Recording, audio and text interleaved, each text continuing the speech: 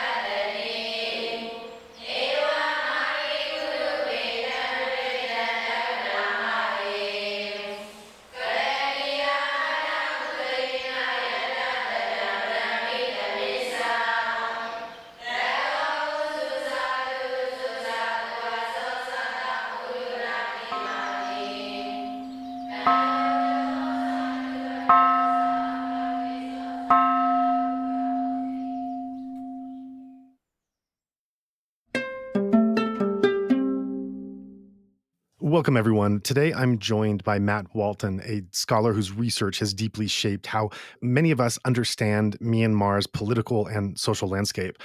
Matt's work explores Buddhist thought, democracy, and the complex moral worlds that shape public life in Myanmar. And in this conversation, we'll unpack some of his insights of how ideas, values, and lived experience intersect in these times of upheaval and what they can tell us about the country's ongoing struggle for freedom and meaning. We're going to be talking about his book that was published some years ago, titled Buddhism, Politics, and Political Thought in Myanmar, which we definitely encourage listeners to check out. I'd like to give just one snippet of a review of praise that came from this as a incentive to want to push readers to read this if you find this conversation of interest. Ashley South commented that it was, quote, probably the most comprehensive introduction to Buddhist political thought in Myanmar, likely to be a standard text for years to come. And I think as we get into this conversation, listeners will have a glimpse of why that is, as well as some later articles and publications and work that Matt has been doing, but that will start as the basis of our talk. So with that introduction, this has been a long time coming of many years. It's a conversation I am immensely excited about having and a little intimidated as well. But Matt, I thank you very much for joining us for the conversation that follows. Thanks so much for having me. I'm also really looking forward to this. So I'd like to begin by asking you about your journey into Burmese political and moral thought. As I understand it, in preparing for this interview, you started studying music and then turned to political theory, eventually to Buddhist philosophy and Myanmar.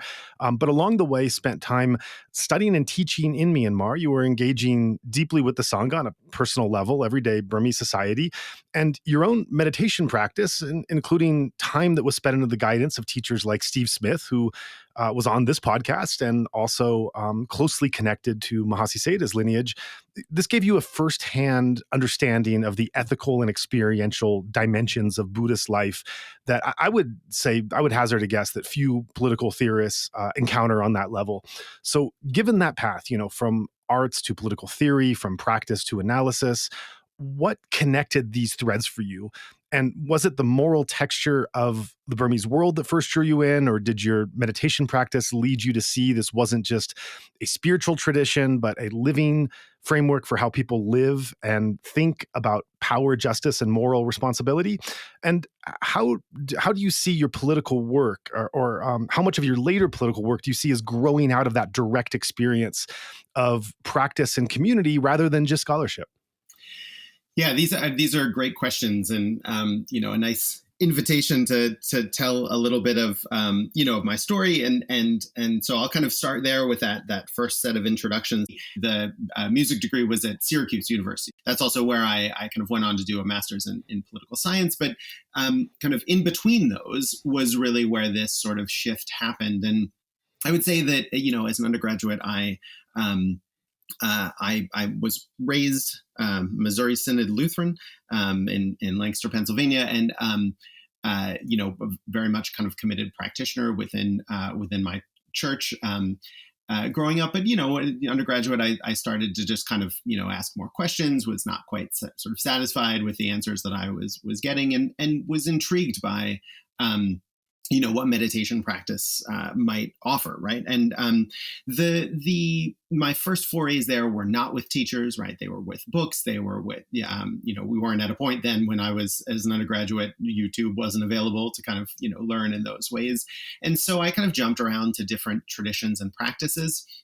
And it didn't really solidify until I came to Myanmar for the first time. And I kind of like to joke that my path, or my start on this path was really a kind of very typical upper middle class white sort of story, because it all started with a backpacking trip through Southeast Asia, right? And but the friend that I was traveling with, we wanted to sort of, we had a vague sense of wanting to start this trip out, on the right foot with some kind of grounding in things. And we didn't really articulate it much more than that. But we found a retreat, a vipassanā meditation retreat that was open to non-Burmese, to foreigners, at Kyaswa Monastery outside of Sagaing, near Wachet village. And this was, kind of pitched as a very serious kind of retreat grounded in the Mahāsi tradition. It was led by Sayadaw Lakana, and but also kind of accessible to to Westerners and to experienced meditators and to new meditators. And it's quite possible that had I really understood what it was going to be like getting into a 21-day retreat, then I might have run screaming in the other direction. But not having been prepared, I just threw myself into it, and really, I kind of came to feel like a lot of people describe, right? Kind of a coming home, a settling into the practice in ways that just felt, very comfortable, very fulfilling. Which, not to say that it's not difficult many times, but that really kind of fit. And so that was one part of it. That was one kind of aspect of the commitment there that really that kind of drew me in and connected me not just to Vipassana, but to this very specific community of practice and set of practices there. So then the other part, you mentioned Stephen Smith, and actually it's really one of the other parts, I think, before I get to Stephen's role, was that Jake Davis, and I don't know if Jake's been on the podcast before, but is a practitioner, longtime practitioner, and scholar again of Buddhism and meditation practice. Jake was actually the translator for the Sayadaw's Dhamma talks. And I just remember thinking, this guy's about my age, probably even a little bit younger at that point. And like how amazing it was that somebody had not just the kind of linguistic ability in Burmese and in Pali, but also clearly the understanding of the Dhamma to be trusted with this task, right, of interpreting, for the Sayadaw. And so that was also really influential and kind of inspiring in terms of really, orienting myself in a way that would help me gain kind of similar skills that, to kind of access what was going on, not just at a textual level, but also on a kind of day-to-day practice level. And so then the final piece of that was that when the retreat was done and we were, kind of a group of us went on a hike up in the Sagaing Hills, Stephen Smith talked a little bit about, and this, I may be misremembering this or romanticizing it in some way, but what I recall him talking about was that in the late 80s, early 90s, Sayadaw U Pandita had asked him to talk with Aung San Suu Kyi, about meditation and things like that, and about Buddhism. This was a period of, kind of discovery for her. And from my understanding, Sayadaw thought that she would kind of grasp it better if it was sort of culturally, conceptually translated, from somebody who might understand where she was coming from, having grown up largely in the UK, or outside of Burma at least.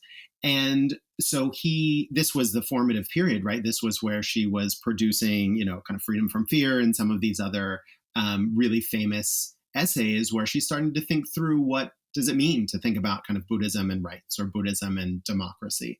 And so just kind of him sharing those discussions that they had during that formative period kind of alerted me to the depth of what might be happening there that was different from what I understood of as, kind of conventional Western democratic thought, as diverse and multifaceted as it may be. And so that set of experiences really shaped then, not just my travels through Myanmar, but also through the rest of kind of mainland Buddhist Southeast Asia, starting to kind of, just having even casual conversations with people that really made it clear to me, that while many of them, were fighting for democracy, certainly wanted to have their rights protected, all these kind of things that, at least linguistically and maybe at a conceptual level, very common within Western political thought and democratic thought. But instead, they also had aspects of what I would eventually come to call a kind of Buddhist moral universe, right? They're using kind of concepts in different ways. They understand, sort of causality to function in a particular way. They understand relationships between individual moral conduct and collective, moral, political, economic outcomes to function, according to maybe a different logic. And so that was the hook. That was what intrigued me.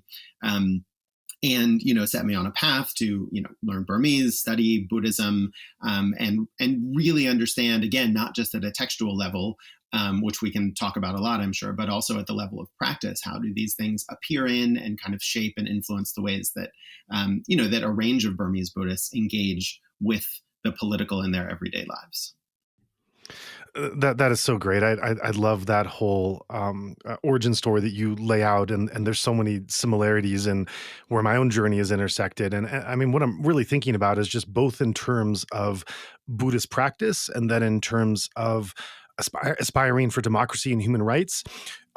You're speaking about kind of Western frameworks and understandings that are coming into the country and seem to be speaking the same language, whether it's practicing the Eightfold Noble Path, or being able to, or looking at what an inclusive democratic society is. It seems like we're all speaking the same language. But as from my experience as well, as I would start to get deeper into both the Buddhist world as well as the world of politics and democracy and human rights in Burma, I would, as more conversations would go on, I would realize that there was a bit more daylight between perceptions and meanings and values than it seemed from the outset, where it seemed like we're all talking the same thing, we're all on the same page here. And so, and I think, far from just that being my experience or your experience, I think this has been historically one of the real challenges and problems of engagement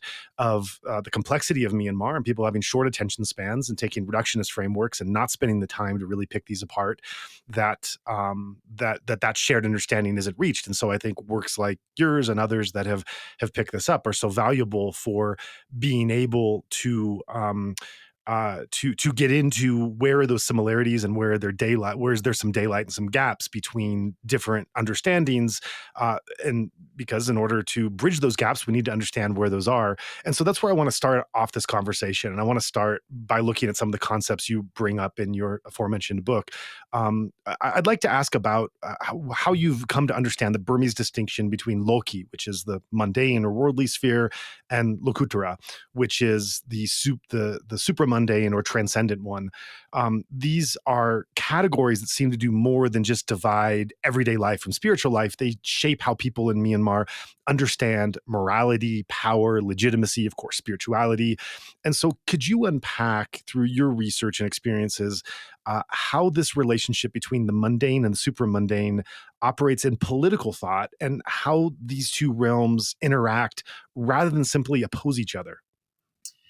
Yeah, it's a great place to start, and I think maybe that you focus in really on the key component there, which is about the interaction, right? And I think that there's it's really important that we understand that these are kind of distinctive concepts that are intrinsically relational, and that that distinct views about the relationship between the two, about implicit hierarchies between the two, shape distinct political kind of outcomes or political points of view. And so, Lokī, as you say, is we kind of say it's the world of the mundane. It's sort of it's materiality, and I think I never like the definition of like super mundane or supramundane for lokuttara, because I think we get caught up in some of this, some of the kind of Christian influenced, heaven-based afterlife, those kind of those conceptions, which we know which on the one hand don't always fit within a Buddhist context, but on the other hand are not entirely absent, right? Because a lot of people are still kind of thinking about, rebirth into better circumstances, right? And so what is it that's going to get you something better? And so there's a real way in which, if we imagine lokuttara not as this sort of like afterlife place, but imagine lokuttara as, many meditation teachers urge us to see, kind of insight and enlightenment as, kind of a shift in perspective, where you are, right, in this very life, to use that phrase.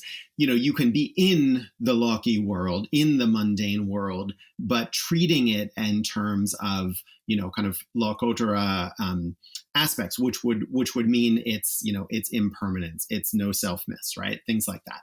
And now that's easy to kind of lay out in that way, but then when we get into what does that mean in people's lives, there are varying degrees of depth for that. So it's very common for people to say something like, the spirits for this life, the Buddha for the next, right? And so there's a sense that if you want to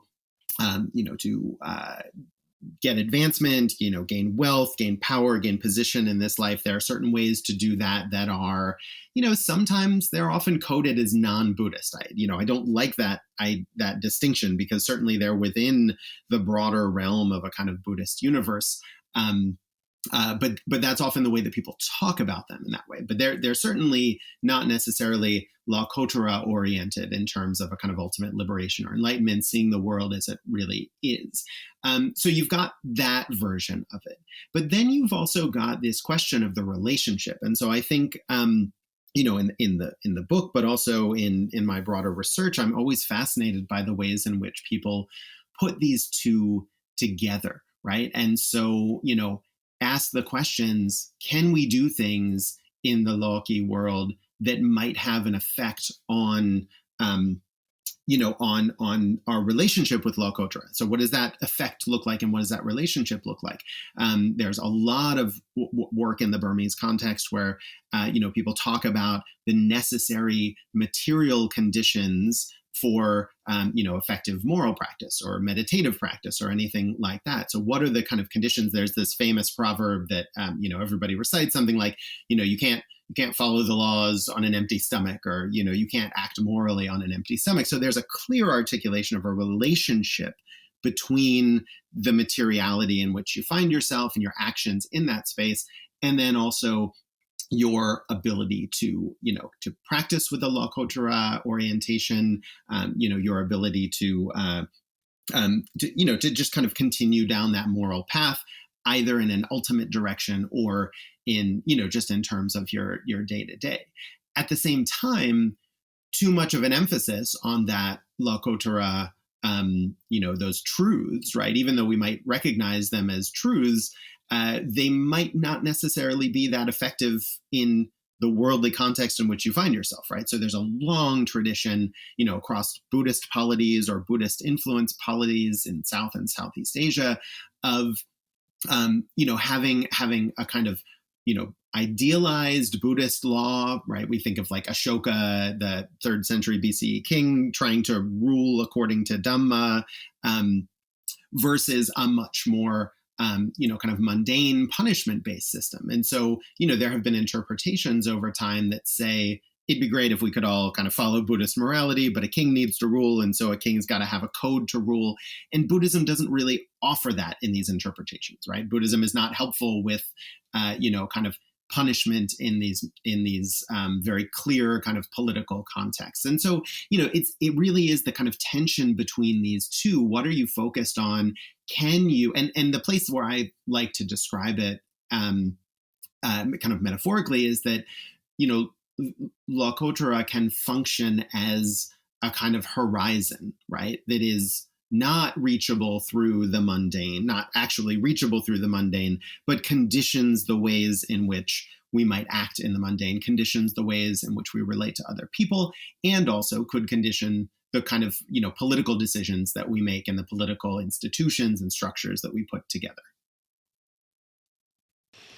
So then, as we're looking at the relation between Lokī and lokuttara, and we're looking at where this is, this is affecting all kinds of spheres in Burmese life. In the spiritual, in the monastery, in the monastic, the meditative, in daily life, it's having multiple effects. But then also in terms of power and in terms of rule, and you inferred that a little bit when you were speaking about the moral edicts that the kings or leaders or rulers or democratically elected individuals would be expected to fall. And that's where I want to segue into another aspect you bring in your book, where you draw upon 2 different Buddhist texts. And the Aggañña Sutta traces the origins of society and governance to ethical decline and the need for a ruler chosen through consensus, whereas the Cakkavatti Sihanada Sutta presents the ideal of a righteous, wheel-turning monarch whose moral virtue is what sustains the world. So I'd like to prompt you to talk about why you chose these 2 texts and what these 2 Buddhist or spiritual texts, what role they're having in the political domain in terms of how leaders have then come to rely on them. Yeah, certainly. And so in the Burmese context, we get some very direct references to some of these suttas. And then much more often we get kind of implicit references to the suttas through references to, kind of common tropes or sayings or things like that come out of them.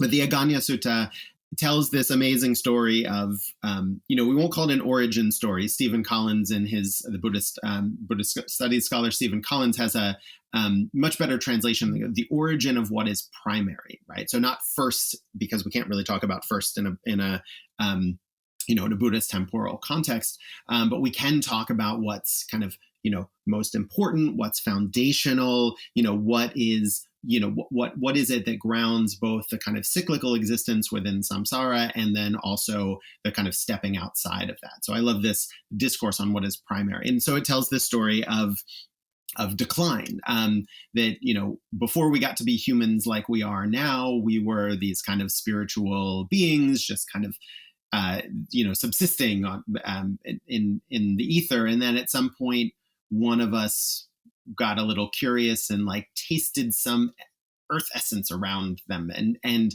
it was good. And so then, they ate more and they shared it with their friends. And then this starts out this sort of series of what it, eventually becomes clear is a kind of decline from this idealized moral state of non-wanting, non-desire, to want more and more. And each time that people take more and more from from whatever this essence is or this food is, it gets harder and harder to come by. And so eventually people have to start planting, right, and cultivating in order to have this, this food, this sustenance for their survival.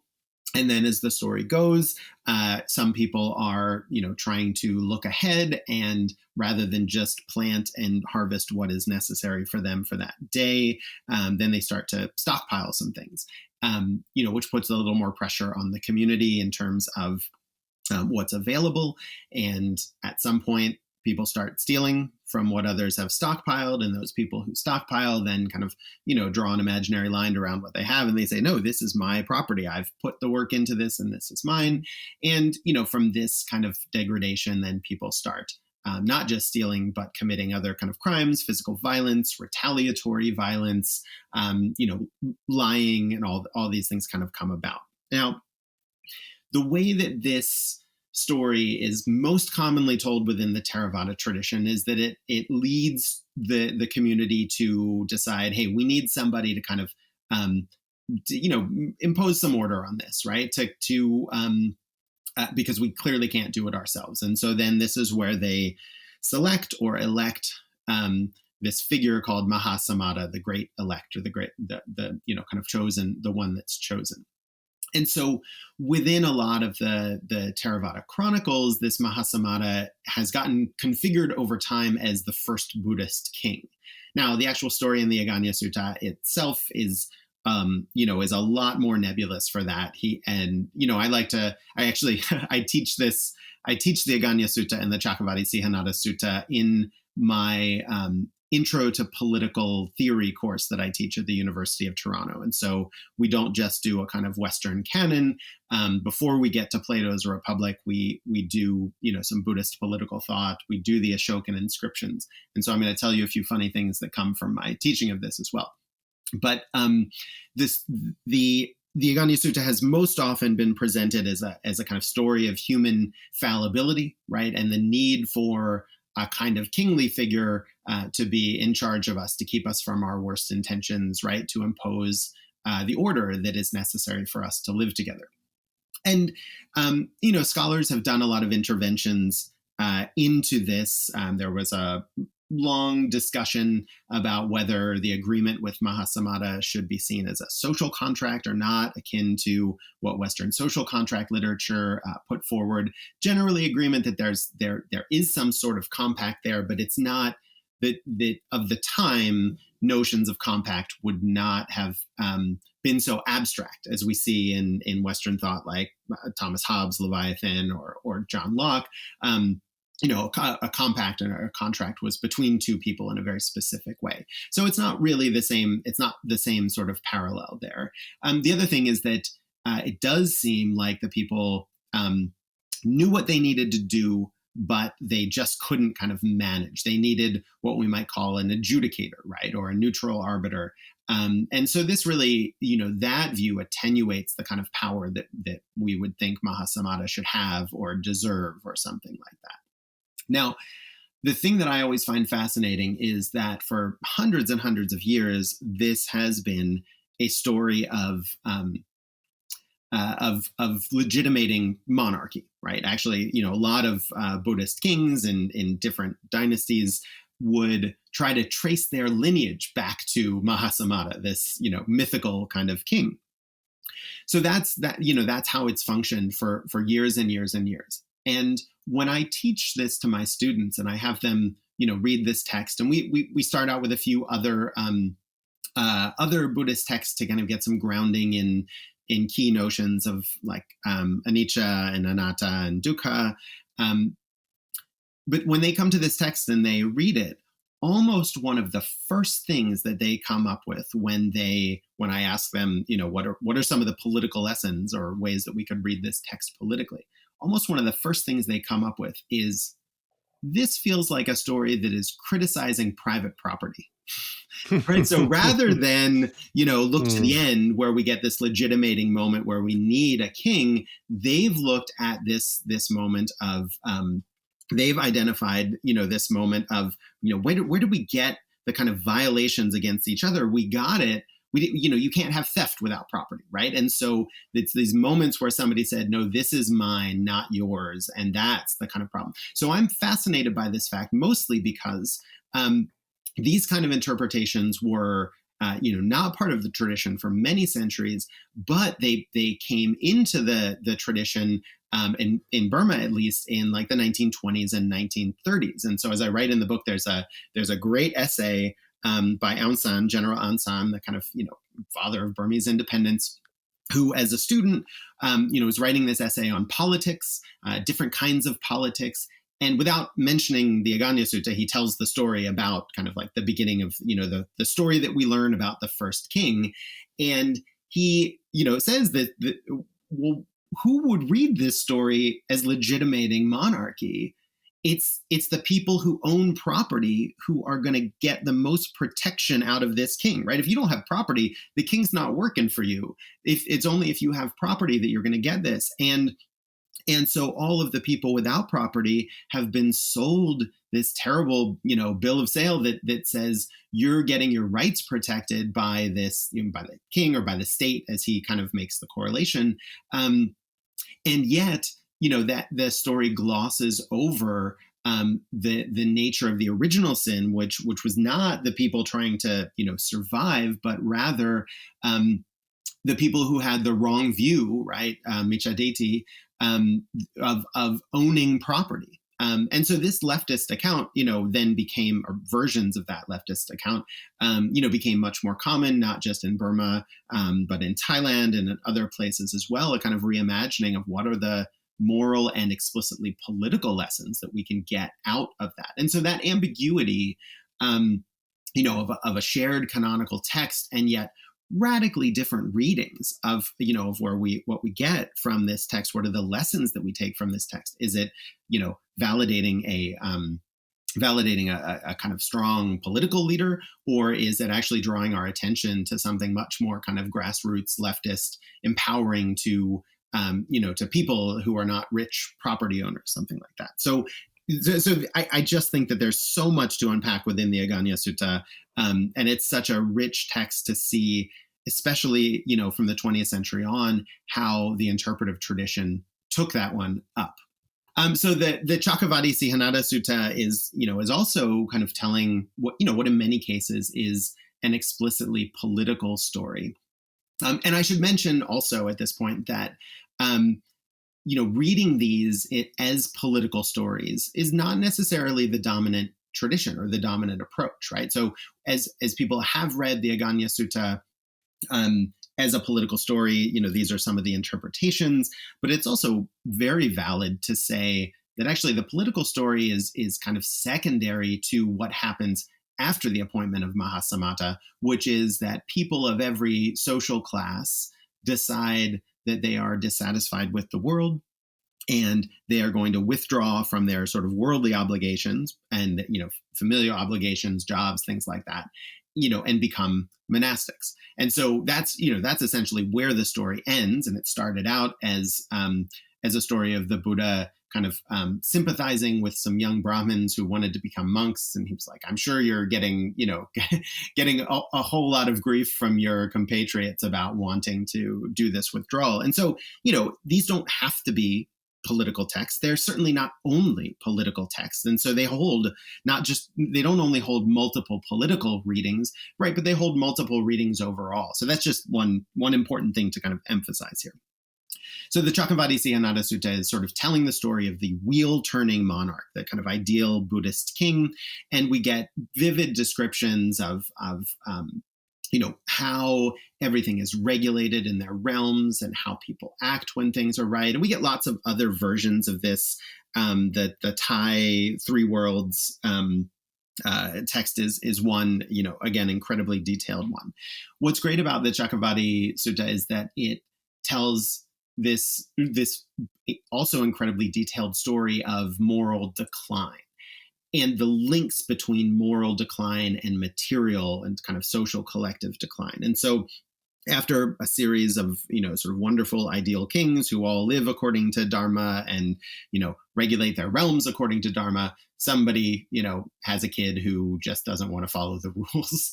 And so, this young ruler doesn't really listen to, his advisors, doesn't really listen to the kind of monks who are trying to teach him the Dharma, and starts making sort of decisions informed just, by his own knowledge. And inevitably, these are wrong decisions. These are decisions that result in kind of social unrest and upheaval, kind of partiality in the decisions, all the things that we think, a good ruler would not have, and presumably what those ideal rulers did practice. And so from this, we get, a period of decline, and the decline is reflected materially in people's, level of socioeconomic standing, and then also physiologically in their lifespans as well. So we get cycles and cycles of this that just deteriorate and deteriorate and deteriorate into, people have lifespans of 16 years, and they're just filled with violence. And then at some point, somebody says, "Hang on a second, this is not doing us any good. Maybe if I just stop attacking my neighbor every time I see them, maybe that'll make a difference. That'll do something different." And so they do that, and that seems to result in good things rather than bad things. And so they say, okay, well that's good. Let's keep not attacking our neighbors, and then maybe let's steal from each other, right? And so they kind of, in essence, they start to rediscover, right, reverse engineer the moral laws and guidance, and gradually they sort of build society back up again, and they get society to a point where it is primed for the kind of next Cakkavatti king, the next wheel turning, sort of king of kings, that then can lay the groundwork for the arrival of the next Buddha, right? And so again, there are some things that I pull out that I think are consistent across almost any reading of this text. And one of those is this connection between individual and collective moral conduct, right? So whether it is, it may be the case that the king's conduct has broader effects because of the things that he's responsible for, because of his standing, but essentially everybody's got a role to play here, for better or for worse. And just incidentally, something we might pick up on later is that I think as we've gotten into the mid 19th and 20th century, what we've seen is something that we can call, I think, a collectivization or even a small d democratization of that kind of karmic responsibility for, the conditions of your own life, for Buddhism, right? It's not just the king, right? But it's allocating to lay people a broader responsibility for the health of Buddhism, for the health of the sasana. So you get that kind of connection. You get the connection between moral conduct and material circumstances. So again, that's a pretty clear kind of cause and effect role. But then picking up on this kind of democratization of sort of karmic effects, or what we might call responsibility for the thriving of Buddhism, for a moral community. The thing that I love about this story is that even though it's primarily about ideal Buddhist kings and non-ideal, kings who are not acting according to the Dharma, what happens at the lowest point? At the lowest point, it is not some kind of savior figure, again, who kind of comes in and, it's not the Buddha coming in to kind of teach us how to act. It is everyday people at their lowest form figuring out, relearning how to act morally, right? And then rebuilding up that society, kind of on their own terms, right? Not being told what to do by an ideal king. And so this is where I think, again, these Peter Jackson, the Thai Buddhist studies scholar, has used this phrase interpretative plasticity. And I love that because, these texts just hold so much, and they hold so many different readings based on, your positionality. Where do you come to this text from? What are the kinds of things you think are important? What are the kinds of dynamics that you're attuned to, right? And what is it that you want to kind of pull out that either challenges your view of what a good Buddhist should do in society or strengthens that view, right? And I think that's what's so exciting about these texts being so capacious for that. That's a really rich study and background that you're bringing to our audience. And you've really set this groundwork and this framework for understanding the kind of burning question I have with it is the so what part, So okay, so there's these incredibly rich and important texts that go into well, good that we already set up the Lokī and the lokuttara because they're going in those directions. They're going in the spiritual, the daily life, the political, to some form. But now that we've established that these important texts are there, and not just that they're there, but that they're prone to very ambiguous and wildly different readings as to what that means, can you give us some sense as to how they've kind of been taken and run with? Are there particular leaders of the NLD or going back to Unu's time or in the military or different? Obviously the military leaders are not monolith. Ne Win was different from Than Shwe. Can you give us a sense of in this political realm, in this leadership realm, to what sense has some of these texts been referred to and used as kind of justification or giving a background, a momentum for the type of rule that one party or another, whether it's military, whether it's democratic, uh, as how those leaders have then situated themselves and presented themselves to the people? Yeah, absolutely. And I think sometimes it is direct references. Sometimes it is also sort of more indirect references to the kind of moral lessons or the ideas that are contained within those. Unu, when he was trying to nationalize land, right? When he was in the early post-colonial period, he was trying to push through a land nationalization law, and there was a lot of resistance to that from a variety of different groups. Many of whom were not inclined to trust any central government, even a Burmese-led one. He cited the Cakkavatti Sutta, as a kind of policy of a good government. But you needed to kind of have control over the land in order to make sure that the land is like fairly distributed. So that's he's kind of likening himself and his government to that that ideal Buddhist monarch, that Cakkavatti sort of king. And Unu was great at doing this at kind of on the one hand using these sutta references and Jataka references in a very self-aggrandizing way, but also being so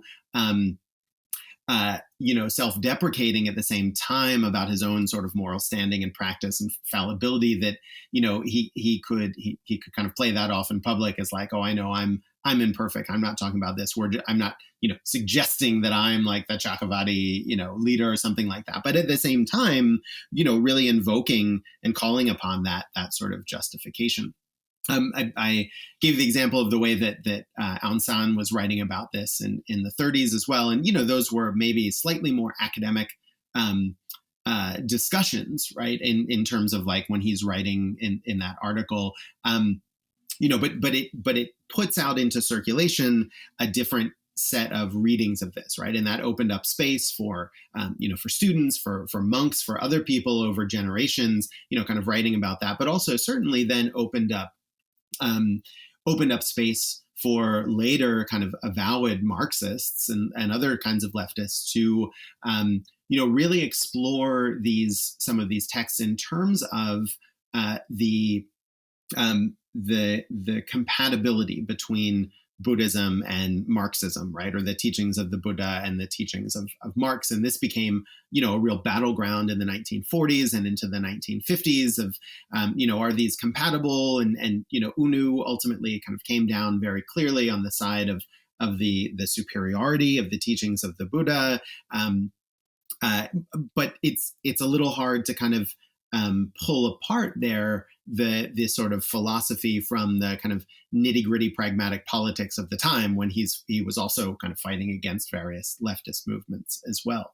So the other thing that I want to pull out as an example here is not a specific reference to the text, but it's something that comes out of both of these texts and that I think gets invoked kind of regularly within these discourses. And that is the notion of, in Burmese, the putusin. In Pali, we say putujana.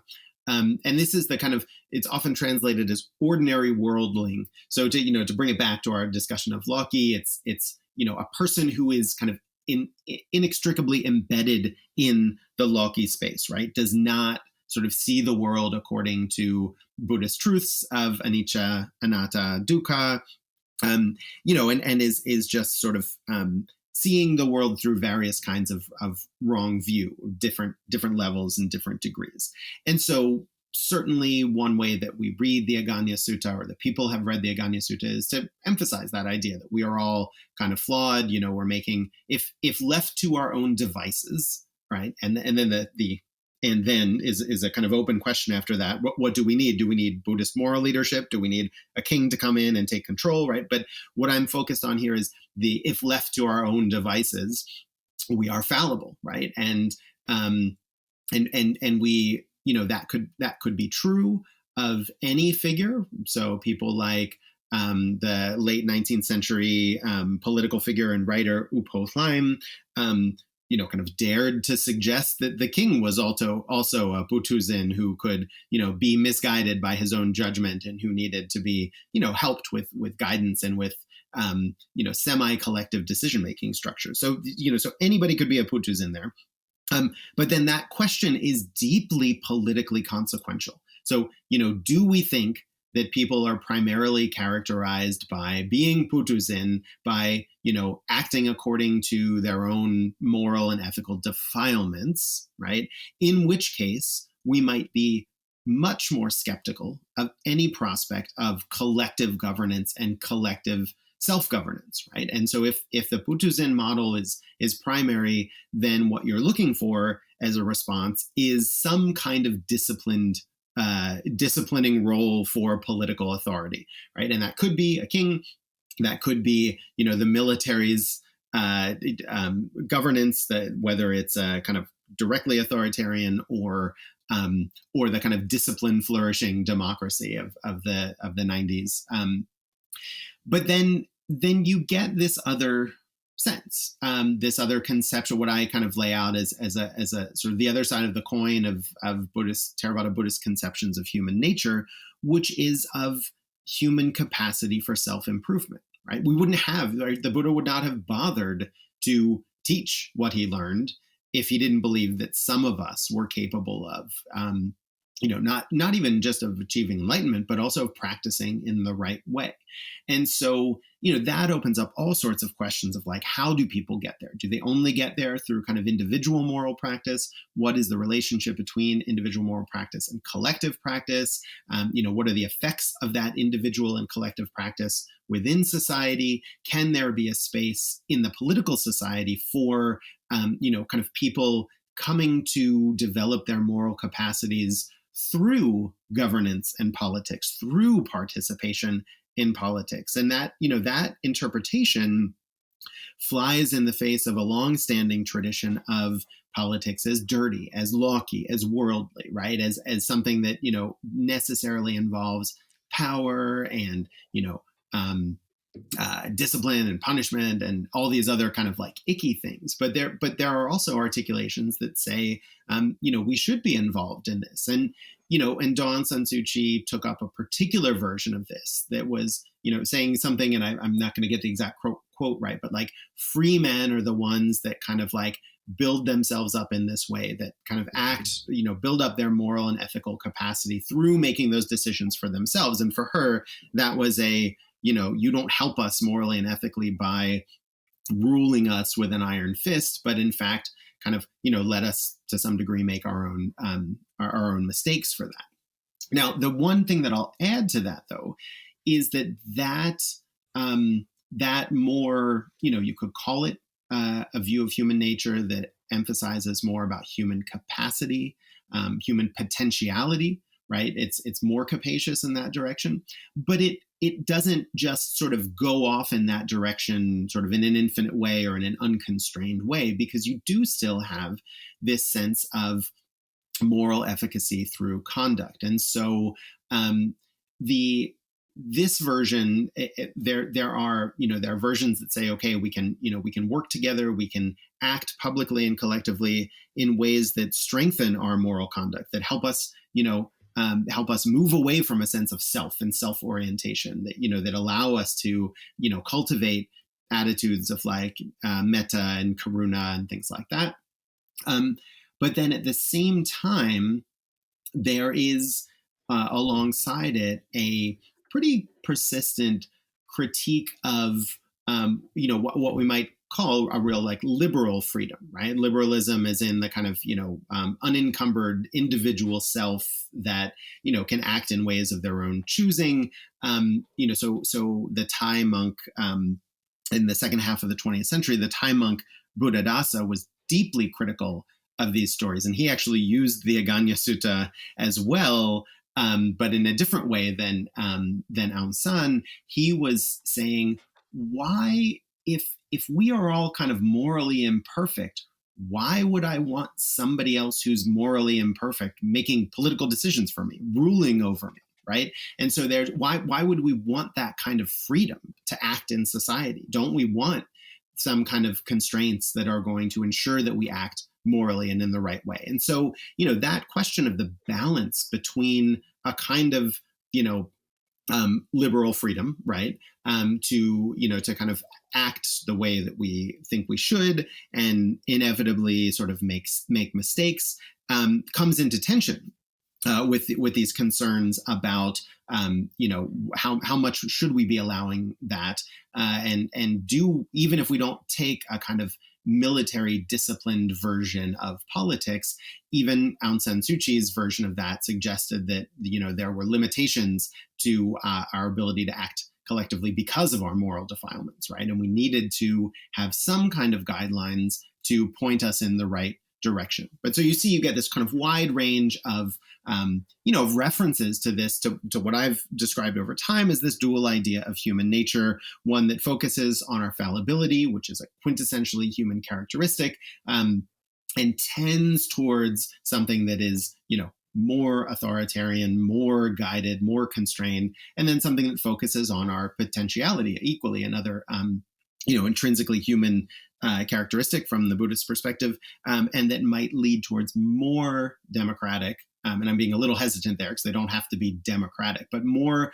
participatory, right? Allow for more kind of engagement by regular fallible folks in these political and social spaces. It's an incredible complexity and richness that you're playing out, and I think that some listeners might already have in mind this sense of when those outsiders that are coming into Myanmar and trying to engage in a way that is so-called supporting democracy or human rights or these kinds of things, to do so without understanding this inner discourse and this discourse within Burmese language, culture, and religion, how much is being missed. That's one part of what I'm thinking as you say this, and I want to I want to move along on this richness and getting deeper into it, but I want to take just a slight detour before getting there, because the second part of what I'm thinking is that you are describing this extraordinarily rich and complex discourse going back generations that has taken all levels of ambiguity and discussion and contemplation and combined so many different parts of Bamar Buddhist society. And this is where we're getting at, that Myanmar is obviously not made up entirely of Bamar Buddhists. It's made of also Buddhists from that carry in their own traditions and mythology and backgrounds and cultures, Shan and Mun and Karen and many others, as well as animist, as well as Christian, different denominations of Christianity, as well as Muslim and Hindu. We could go on with that. And so before going back into the rich complexity of this Bamar Buddhist dialogue that you're illustrating, I want to just take a moment to ask, what what does this mean, both historically as we're contemplating, hopefully a post-military future and what that looks like. What does it mean to have these extraordinarily rich and complex discourses and conversations that are going on, but that are extremely embedded in one ethnic and religious group? Where does that leave when you're looking at a federal democracy, and when you're looking at an inclusive society? Where does that lead the potential engagement of those that are not Bamar and not Buddhist into the political scene, into the leadership scene, when there are these frameworks that are already so strong, going back not just generations, but in many cases centuries as well? Yeah, this is a great question, and thank you for asking it. And I'm going to address it in a couple of different ways, and I'm going to start out with a slightly more sort of personal, kind of reflective uh, answer to it. Which is to say that one criticism that I get, or that my work gets, is that it does. Kind of disproportionately focus on what is already the disproportionately dominant kind of discourse here, right? So, Burma Buddhists are not the only Buddhists, right? But they are certainly the majority Buddhists, and Buddhism is in some form or another, is the majority religion in the country. And so, I think that's certainly a valid critique and a valid concern. There are some practical restrictions in terms of what was more accessible when I was doing my work. But some of the subsequent work that I kind of tried to do a little bit of gesturing in the book in terms of where we might see the diversity, largely based on secondary sources and work that's been done in other communities. And some of the work that I've done since then has branched out in that in that direction as well. So I do think there's a risk in kind of in work on Buddhist political thought in Burma that kind of doesn't kind of explicitly name the fact that this is really the political thought of Burma Buddhists. There's a risk in kind of reinscribing the invisibility of the normative figure there. And so I think that's important, and that's something that on reflection I don't necessarily do as much kind of in the book, although I try to lay out some of that diversity. I do think that even though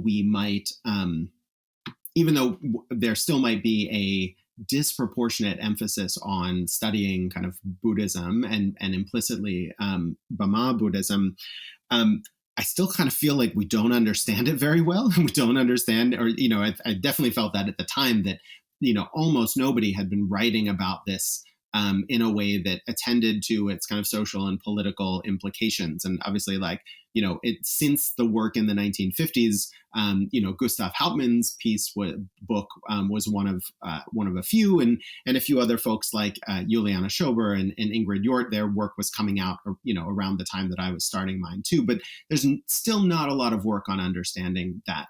But I think the ways in which we can push that understanding further is to kind of think relationally, right? Understand the ways in which not just the kind of the moral universe or the political ideologies or the political programs that kind of emerge out of that for Burmese Buddhists, but understand them specifically in the context of Myanmar. So that is, how have they influenced governance in religiously and ethnically plural spaces? And they've largely done so in ways that overwrite that diversity, right? So it's been very much the case that like leading kind of Buddhist figures, whether Unu or others, always tried to push this idea that like either his Buddhism and implicitly Burma Buddhism was the kind of dominant form, with others as kind of like little sibling sort of mirror images or something like that,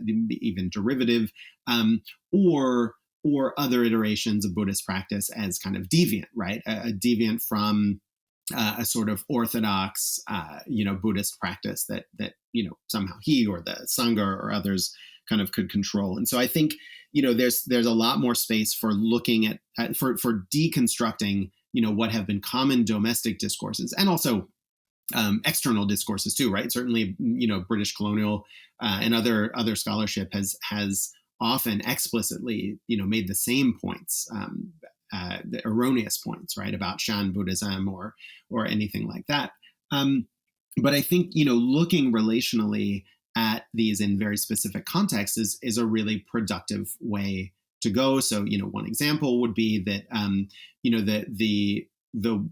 there is a much smaller amount of scholarship on Karen Buddhists, even though Buddhists are probably the majority of Karen, because the Karen revolutionary movement under the KNU was kind of Christian dominated. That became an association there. But of course, as Ardith Thongmung and others have written, the Karen are quite diverse and geographically spread out. And so there are lots of different, not just political positions, but also, orientations in terms of religion and what the understandings are of Buddhism. And so, much finer grained studies of how Buddhist kind of practice emerges there would be quite interesting and also quite revealing.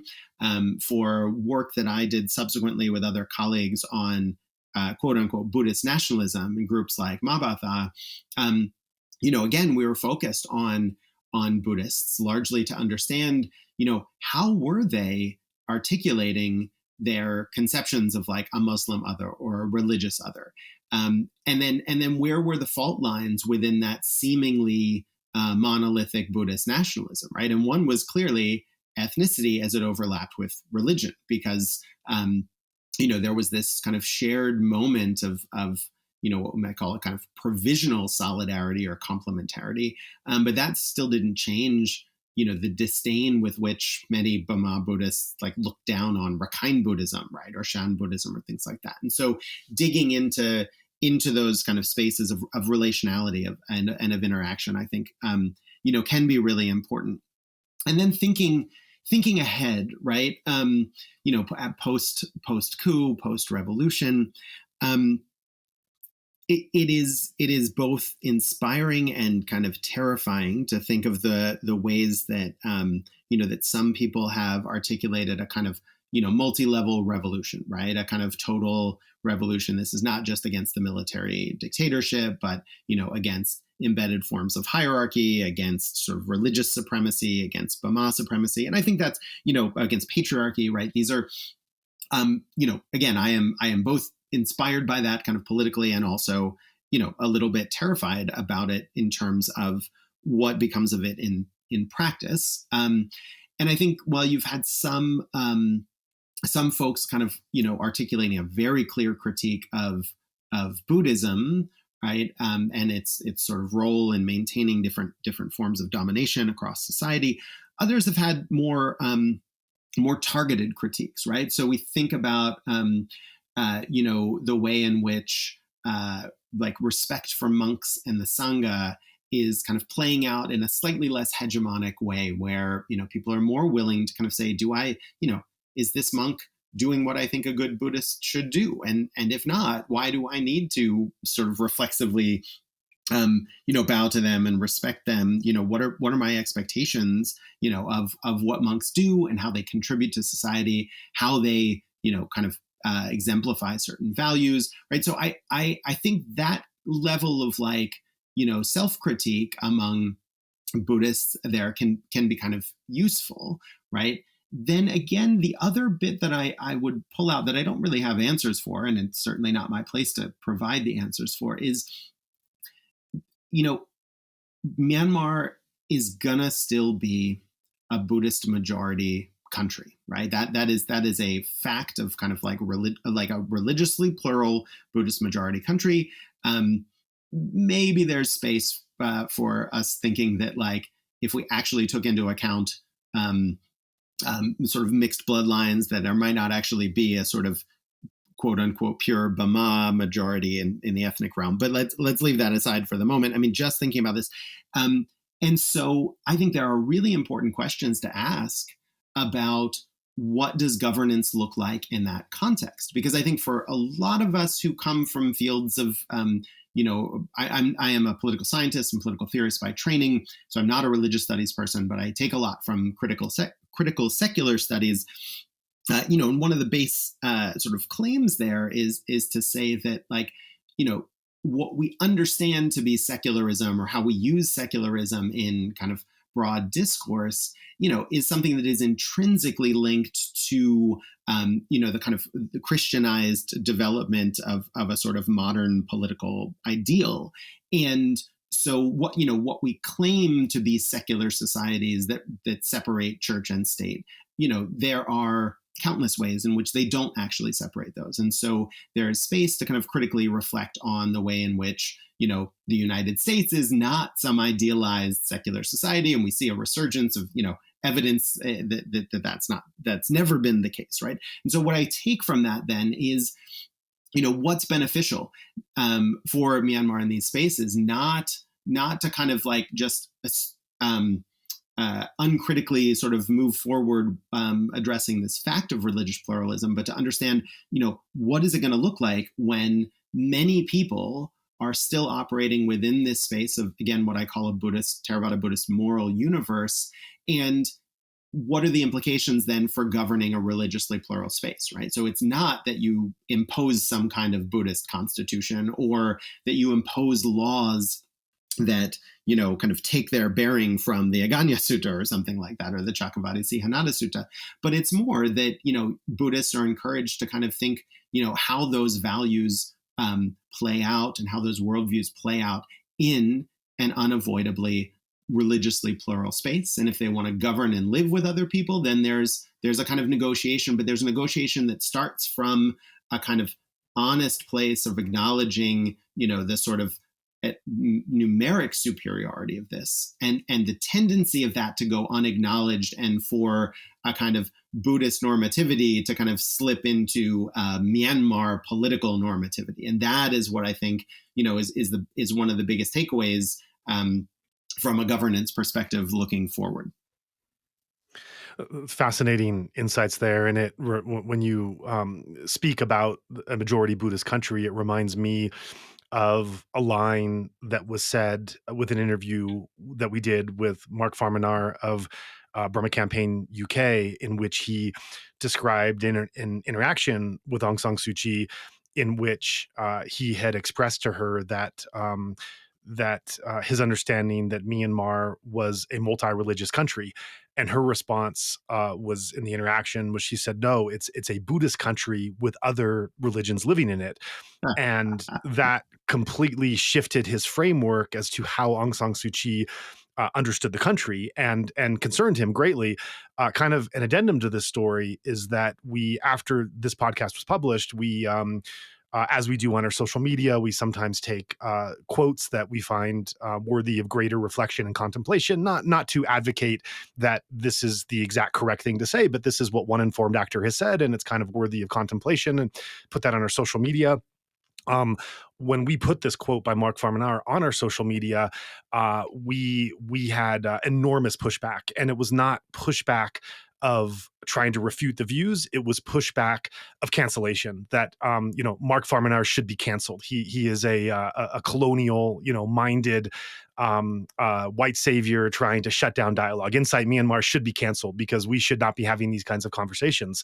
And that was, it was, I think the two parts of that were instructive and also a bit disturbing, because, we are a platform that believes in dialogue. And I think that Mark is an informed enough actor, and through his dedication has shown, his involvement over the years, and to the extent that he has a right to express that opinion, and people listening to that opinion have the right to disagree with it. They have the right to defend Aung San Suu Kyi's take and to put that out there. But it was both his reflection and then the kind of push towards cancellation and censorship of views that showed to me that even the very notion of publicly bringing out this interaction of Aung San Suu Kyi's framing, even that was something a bit taboo to put into the public space. Yeah, I think like on the one hand, it's unfortunate for the reasons that you just laid out there.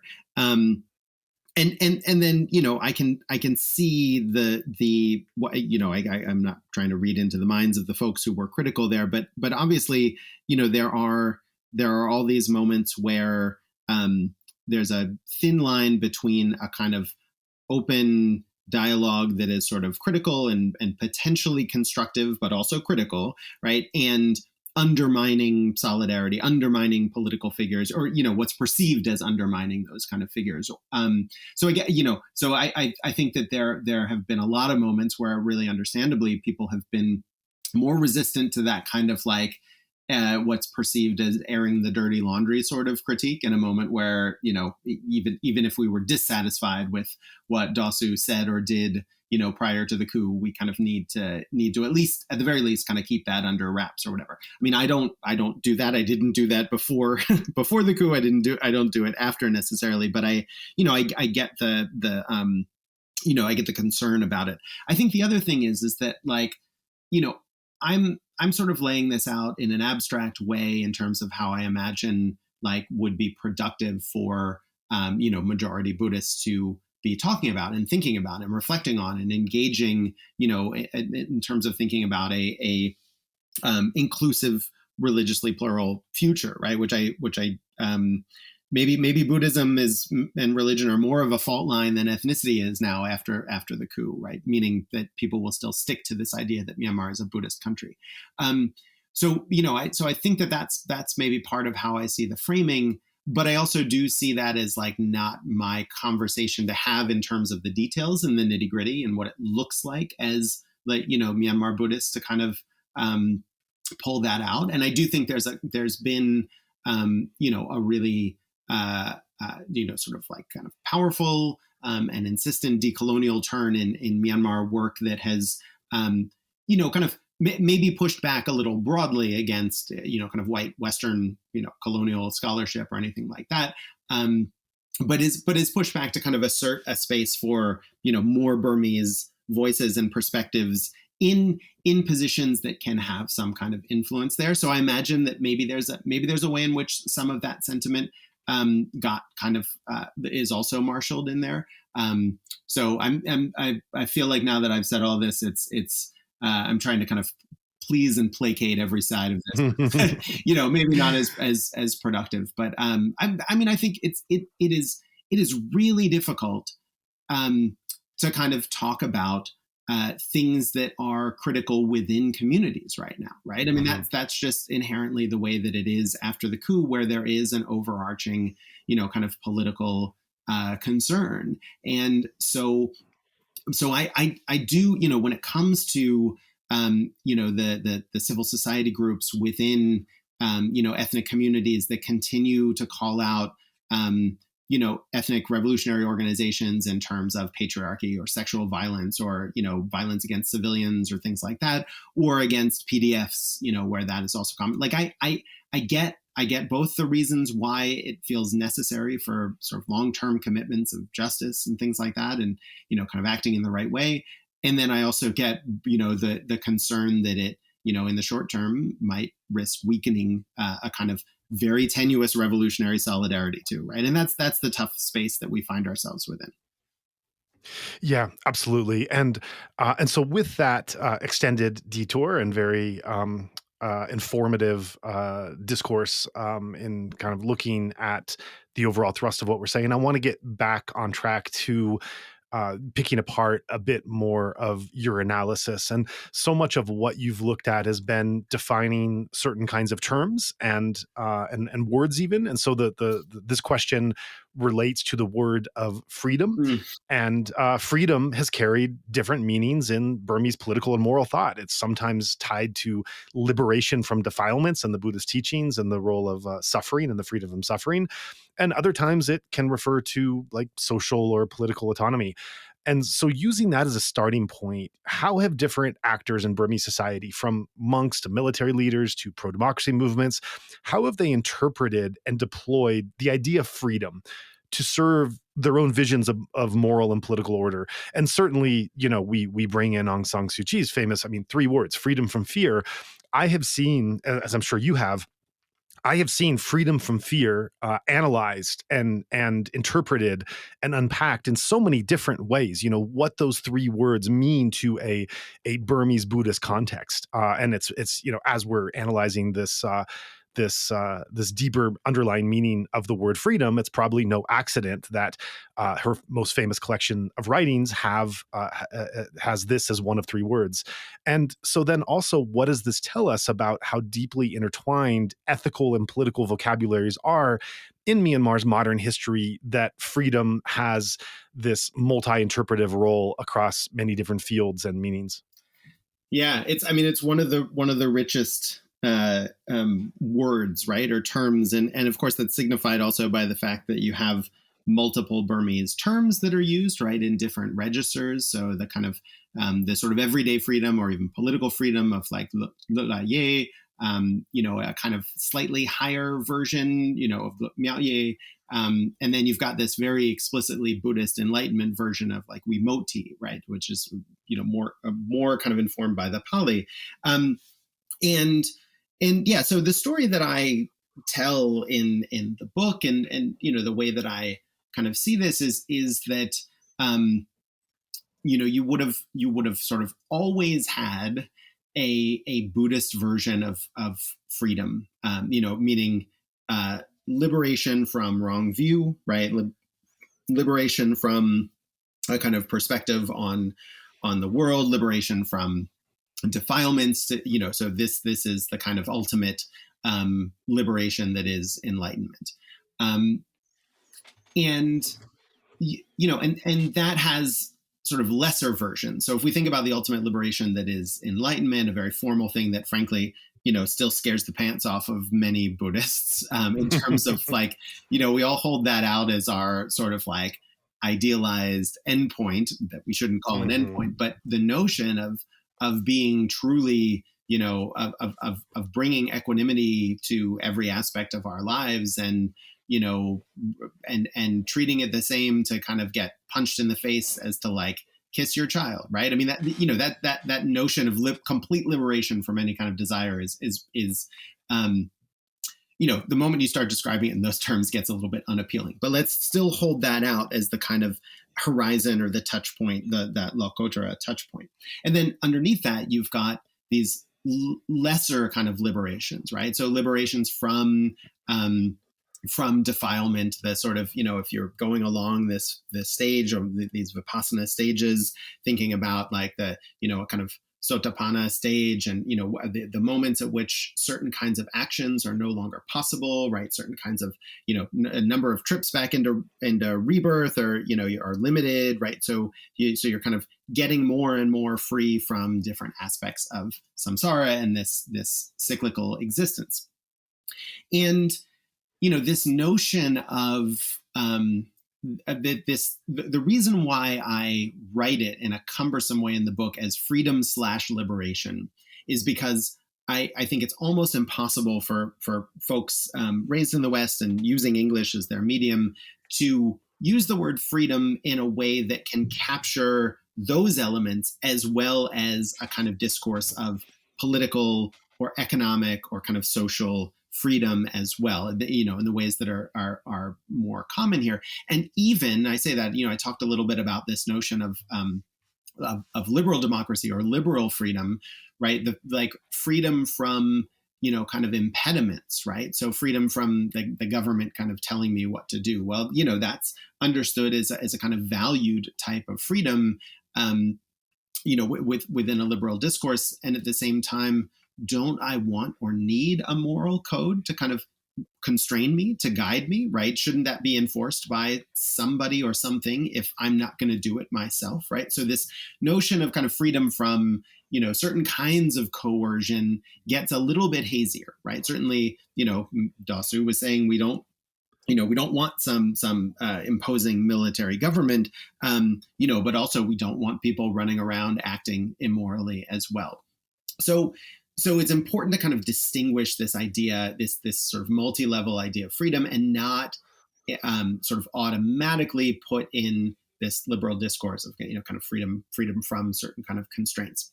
And so what you start to get then is you start to get this developing in a very distinctive colonial context, right? Because I guess actually we should say that like there are versions of this that precede colonization, right? So there are the long-standing stories of like or tensions within this ideal of a Buddhist king, an idea that we all need some sort of kind of political authority, and the idea that the king is one of 5 main enemies, right? That the king is oppressing us, right? How many kings have we had in history that have been like good moral dharmic kings? So you get a tension of like freedom from a kind of oppressive rule, but certainly not in that sort of individualized sense that developed from maybe the kind of the 16th century on in European political thought, and really came into the discourse in Burma, in the kind of mid to late 19th century.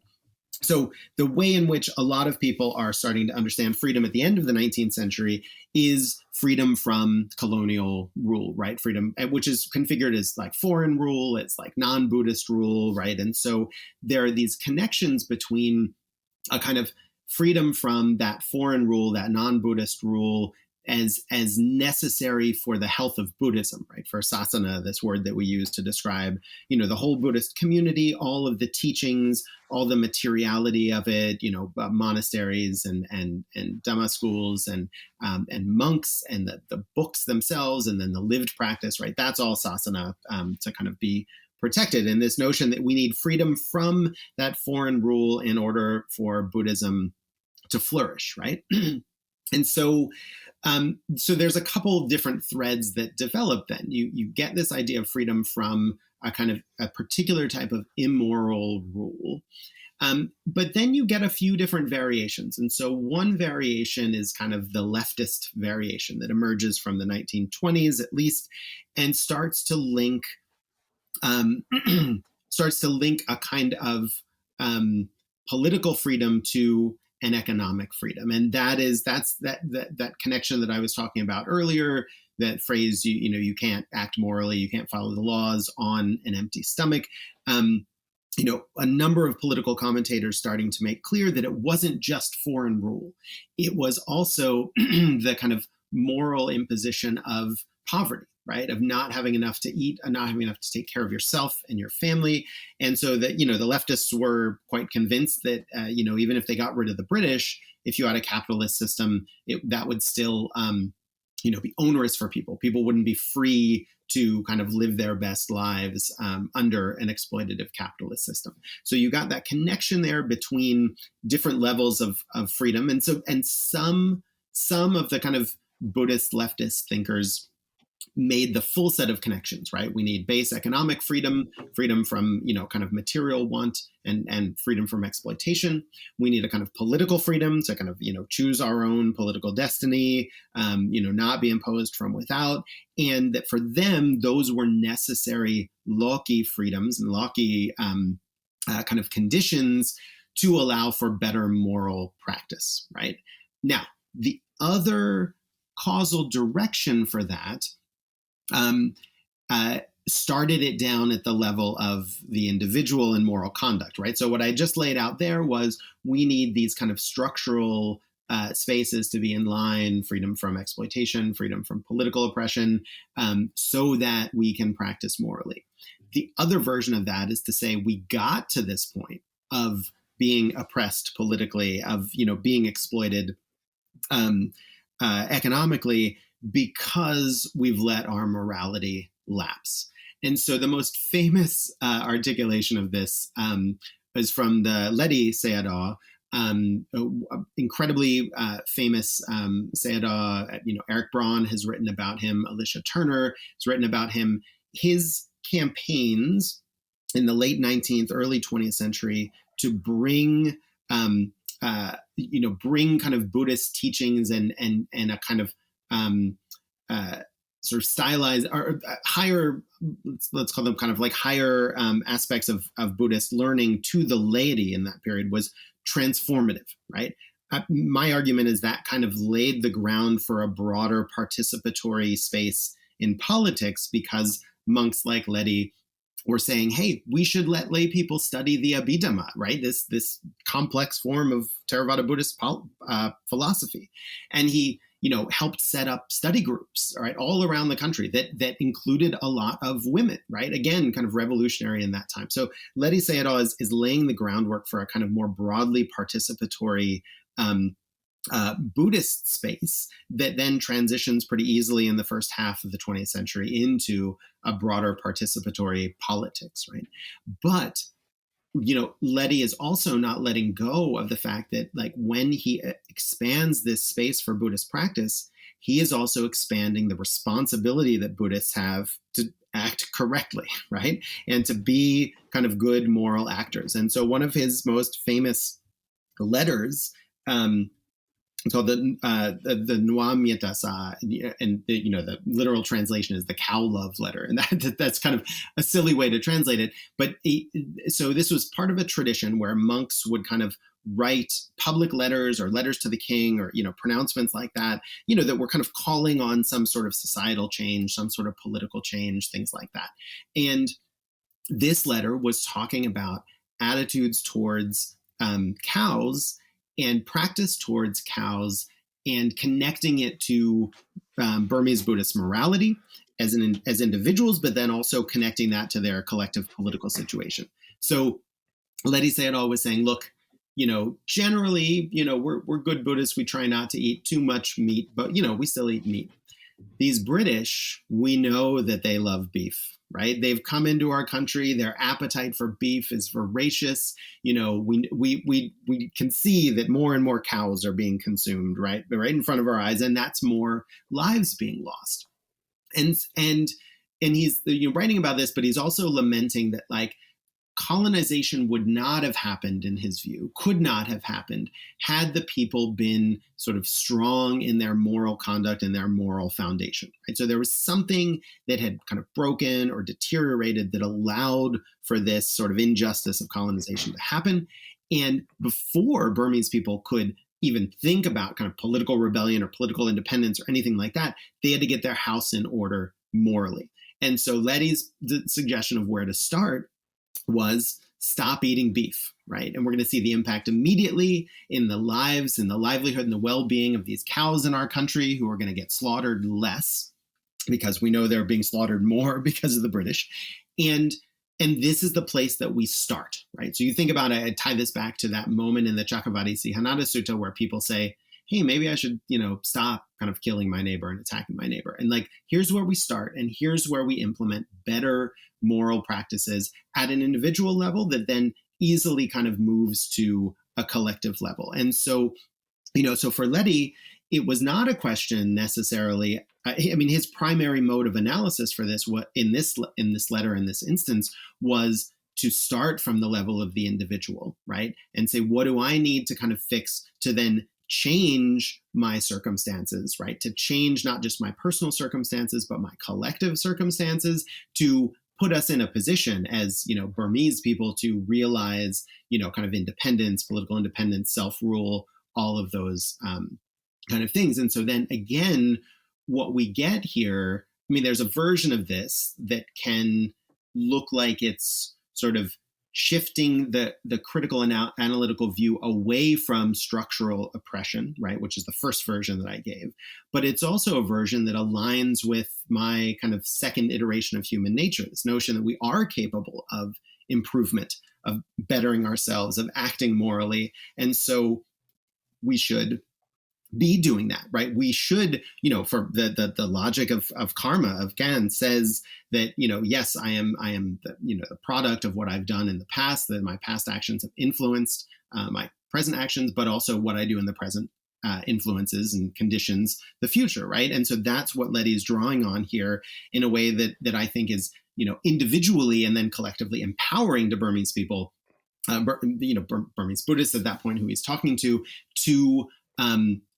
reshape their political, social, economic conditions through their individual sort of moral and ethical activity. And so you get these, so you get both kind of causal directional analyses, right? And both are valid within Buddhism, but both also lead to different kind of political prescriptions and also different types of political analysis, right? So, so when Aung San was analyzing things from a kind of structural structural standpoint, his goal was not to invalidate, sort of karma or the individual kind of moral action, but what he was emphasizing more was, let's not allow kind of the state or popular discourse to kind of like lay this at the feet of individual, right? The sort of individual can only account says you're poor because you must have done something bad in this life or a past life. And he's saying, no,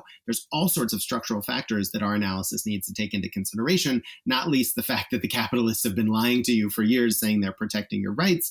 And so that leaves space certainly for kind of individual moral agency, but it also draws our attention analytically to a different aspect of the process, right? And so I think it's fascinating that within these stories, these kind of shared conceptual universes, we get these frames of analysis that are so different that draw our attention to different aspects of our political world. It's incredible stuff, and I want to set up a follow-up question based on this extraordinary richness that you've just laid out. I want to set up a follow-up question by bringing in a handful of different sources to set it up, and to set up a question that I would say. I've been kind of rolling this question around my head for years, and I've talked about it a bit informally with Alicia Turner and Elliot Prase Freeman, both of whom I'm going to quote in setting this up in trying to make sense of this. I think it's one of the more kind of contradictory things to get your mind around. But in any case, let me start. So if we take Alicia Turner first, in her book Saving Buddhism, which I've said along with yours, these are two books I strongly recommend any listeners to check out. They've definitely shaped a lot of my understanding. Alicia Turner argues in Saving Buddhism that this movement to save the sasana during the colonial period was less about preserving a static religious tradition and more about reconstructing a moral order amid social and political upheaval. And bringing in Ledi Sayadaw, she references how Ledi mobilized this new moral community that emphasized lay discipline, education, and self-cultivation as a way to sustain Buddhism in modern life. This effectively democratized moral responsibility. The second speaker I want to bring in is Daniel Stewart, and Daniel has written extensively on the Goenka lineage, which obviously includes Ledi, and through Sayadaw Baken and Goenka, and Daniel Stewart has shown how Ledi's teaching bridged textual authority, meditation practice, and lay participation. It planted the seeds for this mass meditation movement that would later spread worldwide.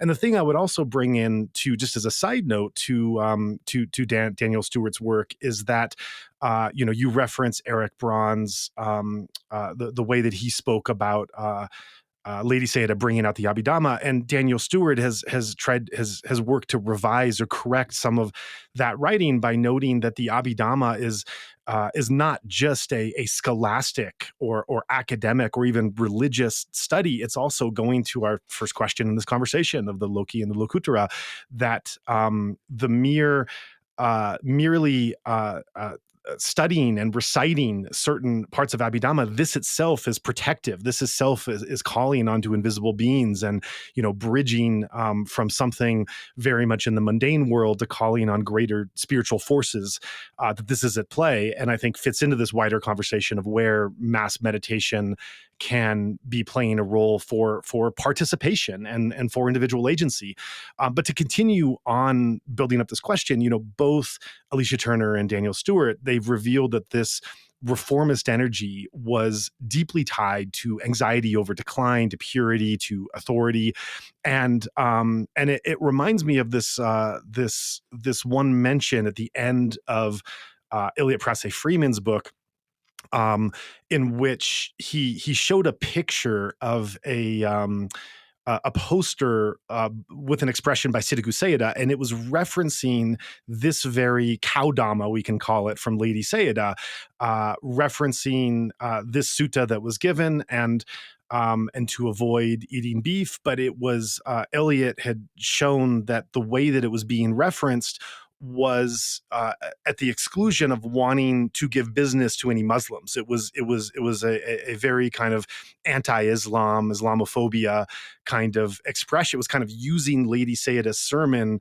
to serve in contemporary times as not wanting to give into the unethical practices of Muslims and support Muslims in Myanmar, and to want to give them any livelihood. And so it was being kind of, I would almost say, perverted, that original sermon into something that was then serving a different purpose. And if you go back to Ledi's sermon on the cow Dhamma, as I've heard it referred to, it is extraordinary. It's really sweet. It's talking about how these are the animals that till our fields, and they're like family, and we should abstain from eating them because they do so much for ourselves and our life. And I have, as with you, I'm sure I have so many Burmese Buddhist friends who to this day don't eat beef, and they don't eat it because of Ledi's sermons, because of these beautiful sermons that are given, reminding practitioners of not just the anti-colonial aspect of it, but also just the role they're serving in rural livelihoods.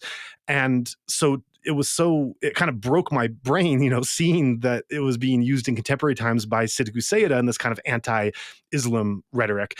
The last thing I want to bring in is just a slight anecdote before I set you up for the question. We're trying to link all this together, and that's that there is an anecdote from Sayaji Ubakin's life. This is the teacher of S.N. Goenka, who was also in the lineage of Ledi Sayadaw, where he developed a very acute and serious eye infection. It was so serious that for, I think it was 6 months, he couldn't even go outside because the light disturbed his eyes so much, and no medicine was working. And so he ended up, for a period of a couple weeks, he ended up having a very austere regimen of meditation and waking up early and recitation, and eating very simple meals. I think he would just eat some, rice with sesame oil and a few beans on it, and he did this as an act of strong determination to follow a very strict ethical code, with the intention of wanting to cure this eye infection, and it worked. And what's interesting about this anecdote is that, on one hand, it follows through some of the things that you were saying about how some of the problems that could be occurring in the world, whether it's colonialism, whether it's something with the economy or food insecurity, or whether it's an eye infection that you have, that a lot of this stems from some lapse of morality, which can be corrected by an austere morality, by greater moral practice, and wanting and bring to bear and bring the power of greater morality in curing whatever this is. What's interesting about this anecdote was that this was being written at the time I was including it in a guidebook for meditators, being published by Pariyatti, which is the publication arm of the Goenka organization. And they were very disturbed by this anecdote, because this went, the framework of modern meditation is looking at this kind of rational mind-body explanation of practice. And this seemed to be utilizing meditation for and meditative practices for kind of healing and miraculous kind of a miraculous healing on the part of Ubakin, which really kind of disrupted this narrative that was being told. But and I had to explain to them. I went back, and some of what you had said, I went back and explained how this practice is very common in various aspects of Burmese Buddhist society, that you bring greater morality to bear when you're facing hardship. So in any case, I've thrown a lot at you, and the question I would like to set up with all of this is that you describe, I think, where all of these anecdotes come together in your work, is that you describe a lot of these developments as emerging from the same Buddhist moral universe. It's one structured by shared moral vocabularies of purity, of order, of legitimacy. But the question is, and this is the question I've been holding for years, and that kind of breaks my mind in trying to understand, is, can we really understand Ledi's project, which is empowering lay people through insight and practice, which goes on, which plants the seeds to spread the world, mindfulness movement that both of us have reached, both of us in our young lives, and reached so many others around the world, has done so much good. Is this in the same moral universe that later gave rise to Mabatha, to the exclusionary nationalism, to anti-Islam, to kind of this militant Buddhist state. Are these real? Can we really say these are reacting to similar things in this same moral universe, or do these movements ultimately draw on fundamentally different moral logics, even if they're using the same language only of, quote unquote, saving Buddhism?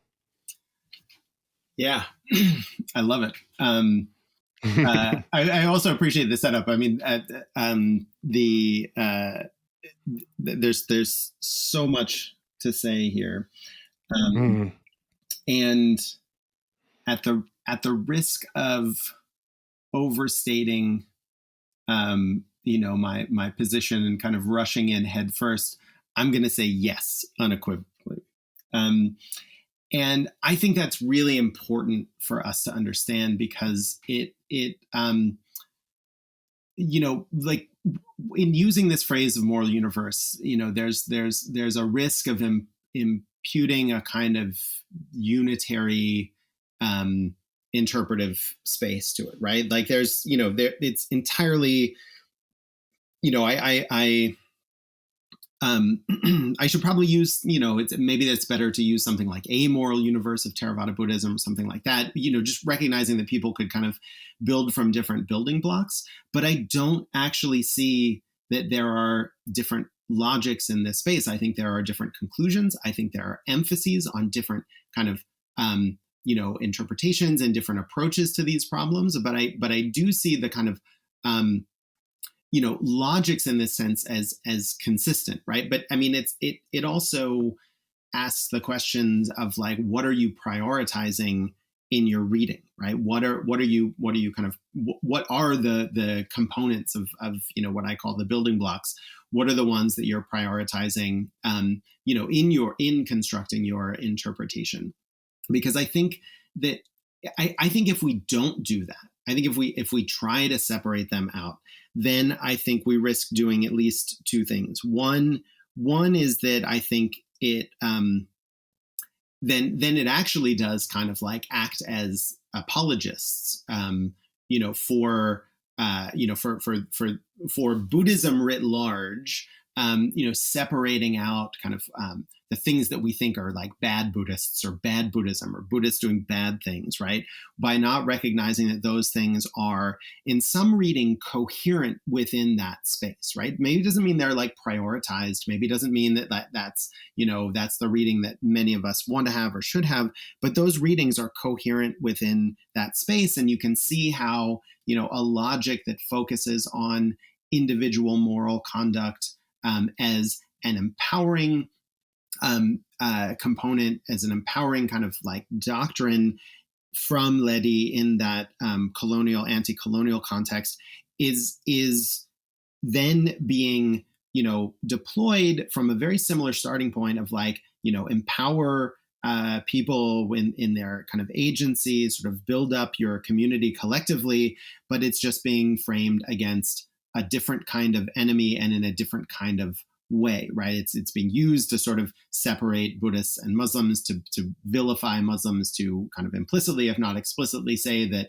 they don't have those values and they don't do those things. And so we need to practice these values because we are the ones that have them. But I think we have to see that as coming from the same sort of moral space. And the other part that I think it's that we risk if we don't see those together is that we risk this falling into this trap of like, some sort of true Buddhism, right? And I think many of us are aware of the academic critiques of a kind of Orientalist text-based, purity-based notion of like what is really Buddhism.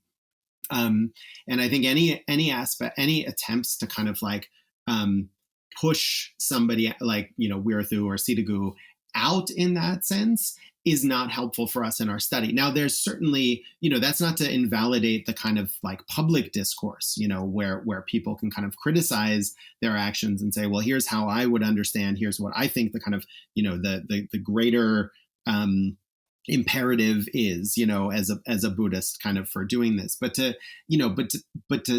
somehow kind of say that, Wirthu or Sitagu aren't Buddhists in that sense, it hinders our understanding, right, of what the appeal is of their arguments. That then we can't actually understand why it would be so convincing to so many Buddhists in Myanmar or in Sri Lanka or elsewhere, this argument that sort of Buddhism is in threat in a way that makes us have to focus not on our individual moral action, or not only on our individual moral action, but on the alleged threat that another community poses to Buddhism, right? It's what sets up that kind of what makes available what I call the kind of ends means logic about the decline of the sasana, right? So if Wirathu draws on this constantly, Sitagu does sometimes as well.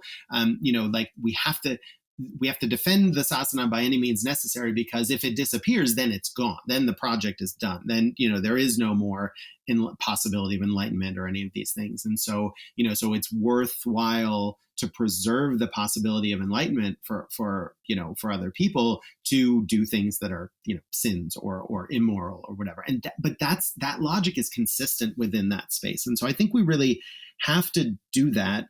And I recognize that there's a whole lot of, there's a long scholarly traditions of, explicitly or implicitly talking about kind of true Buddhism, or this is really Buddhism. And there's lots of space within, kind of Burmese society for those kind of conversations as well. One of the really fascinating responses to Wirathu and to Mabātha kind of in its heyday was a group that was co-founded by Ashin Isria, or better known as kind of King Zero, which was his nom de guerre, nom de plume during Saffron Revolution. And he was one of several people, including lay people, who founded the Anti-Adama Committee, right? So the idea here was like, let's use this moral language to show how, the approach to protecting Buddhism that Mabātha is arguing for is Adama. It's against the Buddha's Dhamma, right? And so, we're arguing kind of on those terms there, but they're still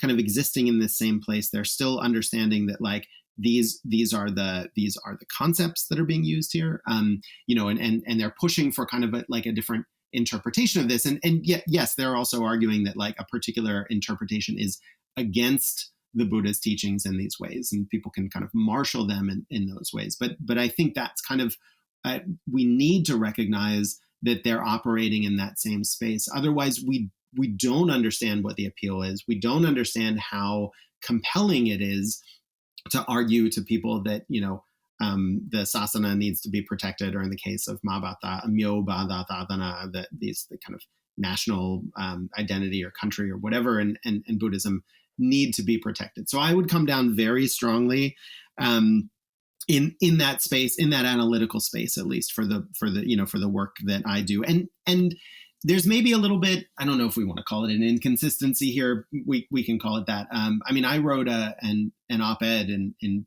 Burmese in the Voice newspaper during the kind of like earliest days of 969 and Mabātha, where I was also kind of drawing on examples like Ledi and like other kind of Buddhist teachers in Myanmar to say, to try to lay out an argument of what is it that threatens sasana? What is it that threatens Buddhism, right? And I'm not the only one to have done this. Obviously, many Myanmar monks have done this in the past.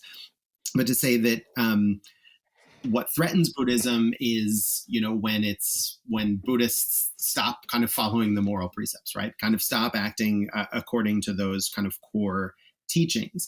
Now that interpretation, which has, been prominent at times within the Burmese tradition, ran straight up against the version that is the slogan of, or was the slogan of the Department of Immigration, right? Which was, a nation will never be kind of swallowed up by the ground, but a nation can be swallowed up by another nation, right? And so there's a very different version there that focuses not on internal moral conduct, right, but on the kind of external threat.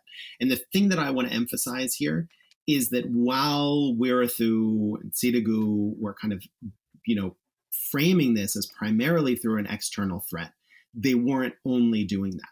Right. So Mabātha, we absolutely misunderstand Mabātha if we focus only on its sort of anti-Muslim Islam as the enemy sort of aspects. Those were there. Those were prevalent. Those were dangerous, right? They mobilized, in a genocide, right? In addition to lots of broad anti-Muslim violence. But in every aspect, they were connected to community strengthening, right? Mabatha, along with dozens of other groups, were organizing Dhamma schools for little kids. They were doing parahita, or social kind of donations, social welfare activities for that. So every aspect of that also included this same kind of logic of, we are building up, our moral practice, the practice of our children, the kind of, good Buddhist ethics and morals of the community. And in that moment, within that movement, it was also kind of inseparable from the anti-Muslim components, right? But it's also that grounding that enabled the more prominent anti-Muslim framing in that moment. But the same sort of Ledi influenced, we build up our individual morality. That was also there throughout that entire period, and that's where lots of people encountered Mabatha, right? That's where they encountered the kind of influence, the effects of it, the value of it for them in their communities was building that up, right? And so for a lot of people, the anti-Muslim part was almost kind of like peripheral in terms of what they saw as the kind of project for strengthening Buddhism. Yeah, absolutely. I think that's a good point to get in there, and that's that. The now Mabata is characterized so overwhelmingly, and justifiably so, for its anti-Muslim rhetoric, which led to so many so much death and killing and murder on a state level. It deserves that attention, but as we peer deeper into it, it would not be correct to characterize that as being the only message, or even the predominant message over a period of years. That the groundwork that they were carrying on was very much, I would say, and if you remove that anti-Islam part, which is absolutely impossible to do, but just as a thought experiment, if you did some of the parahita and study work that they were doing, organizing at ground levels, listening to concerns of lay and lay Buddhists, rural Buddhists, that it was kind of following in a line of what Ledi did. And yet, when you talk about referring back to writing this article for The Voice that referred back to Ledi Sayadaw and bringing some of those values, it reminds me of bring another anecdote of Sayadaw Bakin, that he once had a Muslim student who came to study, and he removed the Buddha image from International Meditation Center so as not to offend a Muslim student. I mean, this was the level of sensitivity we saw in some of the great meditation giants of Burmese past, that are these are not in any way kind of foreign organized or bringing in different sensibilities, as has been accused. This is a Burmese Buddhist meditation teacher who was having this awareness and bringing it, which is also helpful to bring to the fore. But I think for me, for many years, I really struggled with how to reconcile this fact that the thing that brought me into the Myanmar orbit initially, which was this transformative experience of Vipassana, which changed my life and which saw the monastic tradition at the center of this life-changing gift that I had received, that this was the same order that had also perpetuated and encouraged a genocide. And it was it's very difficult to try to hold that nuance and to hold that conversation. And I think that also is what drives the how limited of a response we've seen post 2021 from the Western Buddhist community and from prominent Western teachers. And some of the ones that I've spoken to through discussing with them ways that they can be involved in keeping Myanmar on the map. Between the lines, I've read and understood their lack of involvement comes from their discomfort in the role that monastics played in this anti-Islam and Mabatha rhetoric, which to me is unfortunate, and also it's simplistic. It shows a lack of willingness to want to engage in that discomfort and understand how this actually took place, and to kind of put a blanket view of the actions of some that didn't like King Zero and many others that were engaging in a different way. I think it's why when you look at beyond the monastic part and the meditation part, when you just look at the outside world's engagement in Burma in previous decades, it was A-list celebrities. It's incredible to go back 20 years and look at the kinds of international actions that were being done to put Myanmar on the map. And you can't even get a B-rated celebrity voice to talk for, a 10-second reel on TikTok about Burma, because it's just too complicated. It's too disturbing. It's too nuanced. And there's too many other things going on in the world, and that's where you see Western meditation communities to some extent. And not to say it's perfect, but there was broad engagement in Black Lives Matter. There's been engagement on Ukraine. There's been engagement on Gaza.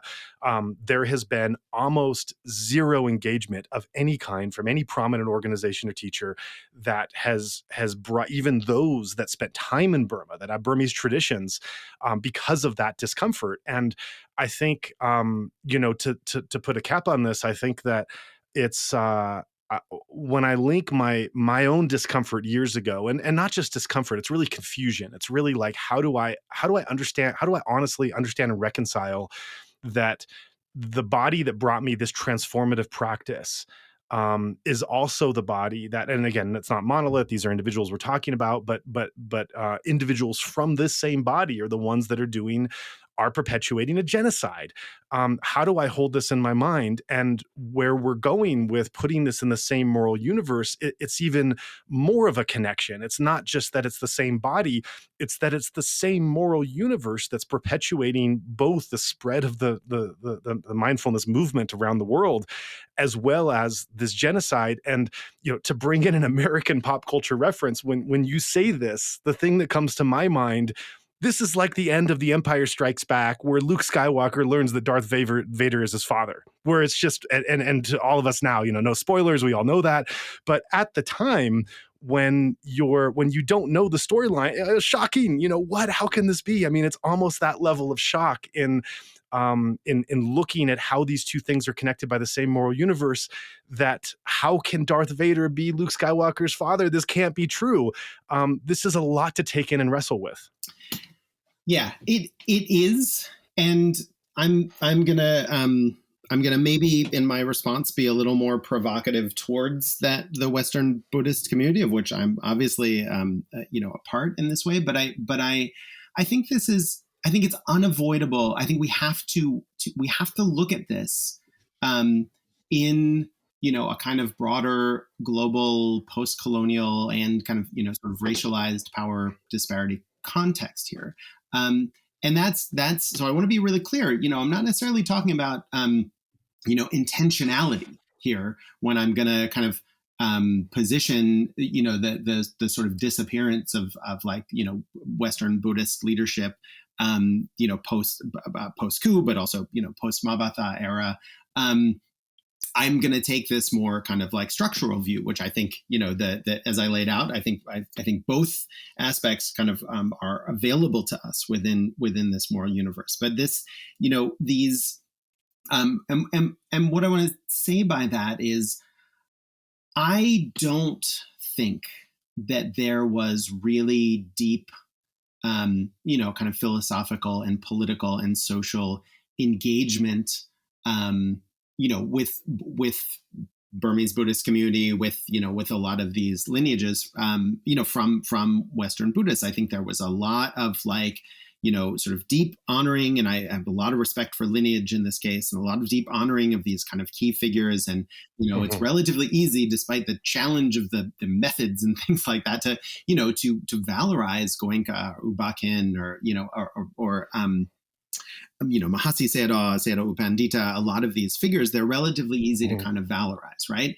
And your anecdote about U Ba Khin, focusing and doing this like spiritual practice and like, all these austerities and like curing basically this condition is on the one hand like super inspiring, right? And on the other hand, it is so easy to use that to implicitly blame the, poor farmer who also got a similar condition, right? But maybe didn't have the kind of like privileges available to just like move out and like focus on their recovery and things like that, and who tried and who died, right? And so, I'm not attributing that kind of. This is a counterfactual here, but like I think we do have to pay attention to sort of like how these things are deployed socially and politically. And so, it is very like it is a karmic truth within Burmese Buddhist practice to kind of point to those kinds of things, to say that like, yes, even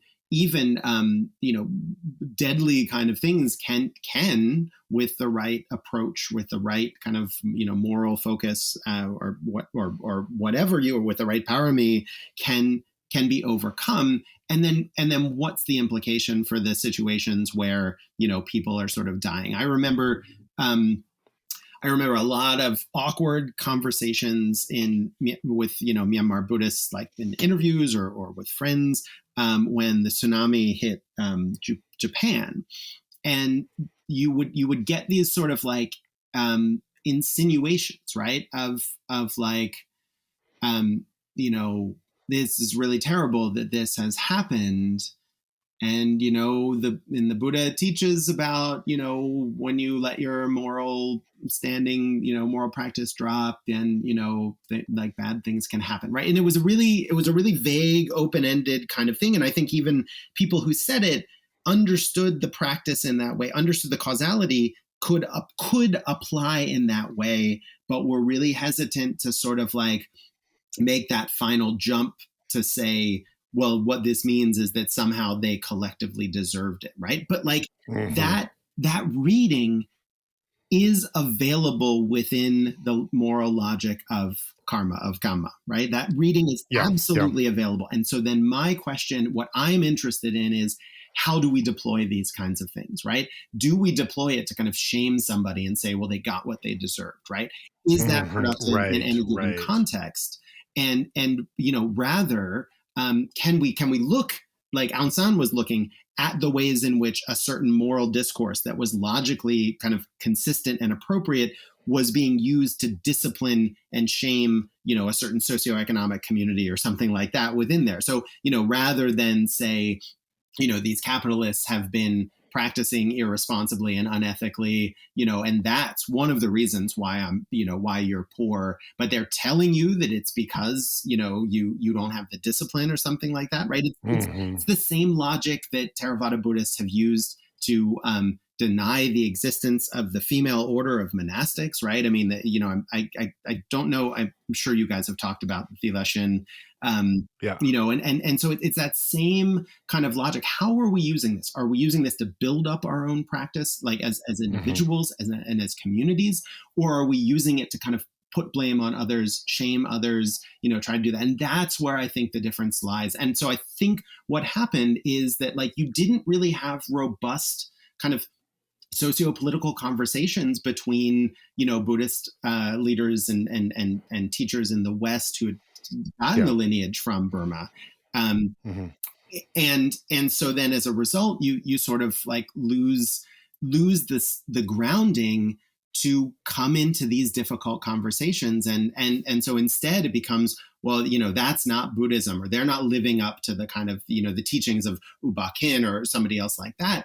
And, imagine telling a revered Buddhist monk they're not Buddhist. I mean, that's obviously not the pathway to a productive conversation.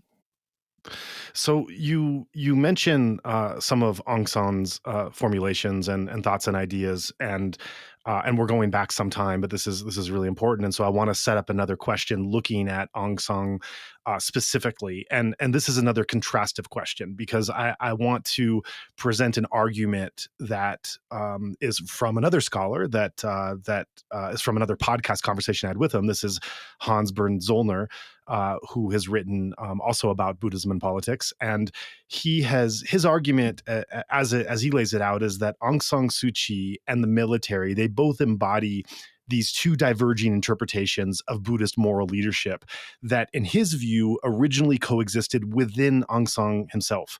So he describes Aung San as uniting two legitimizing moral frameworks. One is based in karma, or the accumulation of merit justifying righteous rule, and the other is on the phrase that you mentioned before, the Mahāsamata ideal. This is the great elect chosen by the people to restore moral order. And in his view, after Aung San's assassination, these two currents split. So the military claimed the karmic legitimacy, seeing itself as the guardian of order in Buddhism, and Aung San Suu Kyi inherited this Mahasamata lineage, appealing to the people's moral agency and consent. And so this division, in his argument, it created a moral political dualism that set the stage for decades of tension, which in his view also is the explanation for the 2021 coup, that it just could not be reconciled any further. And both sides continue to see themselves as the rightful heirs of Aung San's moral authority. And so I'd like to take his view and what he's setting up with this moral universe you're describing and get your take on that, and how you would interpret this moral and symbolic split in light of your own work on Buddhist political thought and legitimacy in Myanmar. Yeah, certainly. So I know Hans Bern's work, and also let me just give a shout out right now. He had a great project for many years on the Nagini Book Club, right? The Red Dragon Book Club, which was a group of leftist Burmese writers who were doing translations, who were writing their own original work, publishing all of these kind of things. And for a long time, he was collecting some of those, some of the commentaries, built out a series of really great commentarial and analytical work on that from mostly Burmese scholars. And not only did that, but wanted to make sure that it was in good hands after he retired. And so I worked with my colleague Tony Scott, who used to be here at the University of Toronto, to accept the donation of that whole collection from him to our libraries here. And so, it's exciting to have some of those originals here, and also to have a kind of library cataloging of of the work that's there. And so we're hopeful that we'll be able to kind of build out some of that. So that's not directly relevant to your question, but I mean it's certainly those are some of the texts that inform his work on this. And so I just wanted to give a shout out to an effort to kind of preserve some of that work. So one of the things that I like about his approach there is that it does not buy into the formulations from previous generation of scholars, especially from the 50s and 60s, especially political scientists at that time, who were trying to dichotomize Aung San as like the secular politician and U Nu as like the Buddhist politician, right? And this was a particular sort of bugbear that I had, starting my work, where it became very clear to me that this was just foolish, right? It relied on a kind of misunderstanding of both figures and the ways in which they were kind of embedded in these Buddhist spaces, and certainly, there's no doubt that for the most part, Aung San was pretty consistent in his desire for a secular state, secular constitutional state, right? One where there wouldn't be a kind of prescribed religion. But just from the examples that I've cited here, he was clearly talking in sort of Buddhist rhetoric, and we don't necessarily know what he truly believed, right? With some of this sort of fancy, clever rhetorical usage. But there's certainly enough to suggest that Aung San was not the kind of person to say things that he didn't mean in this case. So, so I think that's a much better place to start from than, where previous generations of scholarship started from. I mean, I think that I am reluctant to go down that dichotomous path with the sort of, the military on one side and Aung San Suu Kyi on the other side. I think there's resonance with what Gustav Hauptmann, a colleague and a scholar and a friend whose work I really deeply respect, he had this idea that equated kind of military governance and military ideology with samatha meditation, right? A sort of desire for kind of control, power, contrasted that with the sort of NLD emphasis on vipassanā meditation. And again, while there were people on both sides of that divide who were doing vipassana on the NLD side and samatha on the military side, I also again think that dichotomy maybe obscures more than it helps to reveal. And so I'm gonna lay out what I did in my book, and then also maybe express some skepticism as to whether that's actually helpful as well. So so in the last chapter of my book, I try to look at three different kind of democratic discourses. And, I talk about the ways in which these are heuristics, they're kind of useful for analysis, but we shouldn't kind of treat them as like real or existing separately. So one is the kind of disciplining discourse that we tend to kind of draw from military rule over the last few decades. One is a rights-based discourse that I think a lot of analysis, as you say, in the heyday of when you could get celebrities out to talk about Burma, I think very few of them understood the kind of depth of democratic thought in the nation, right? What they got was Aung San Suu Kyi saying, like, we're fighting for democracy, we want our rights for these things. And so that was language that was recognizable, even as, Daw Suu was clearly saying a lot more, in her, especially in her writing and speaking in Burmese, right? More that laid out some more context. And then my third category there is a kind of like sort of moral democracy. And there, I draw primarily on speech from monks, mostly contemporary monks, to kind of talk about what they understood as a sort of Buddhist morally inflected democratic practice. But what I do to try to complicate that that three-pronged sort of approach is I show that Aung San Suu Kyi is actually reflective of all three of those in different spaces and at different times, right? So she's this kind of hybrid democratic thought that, certainly invokes rights in ways that are recognizable to Western liberal democratic systems and thinking.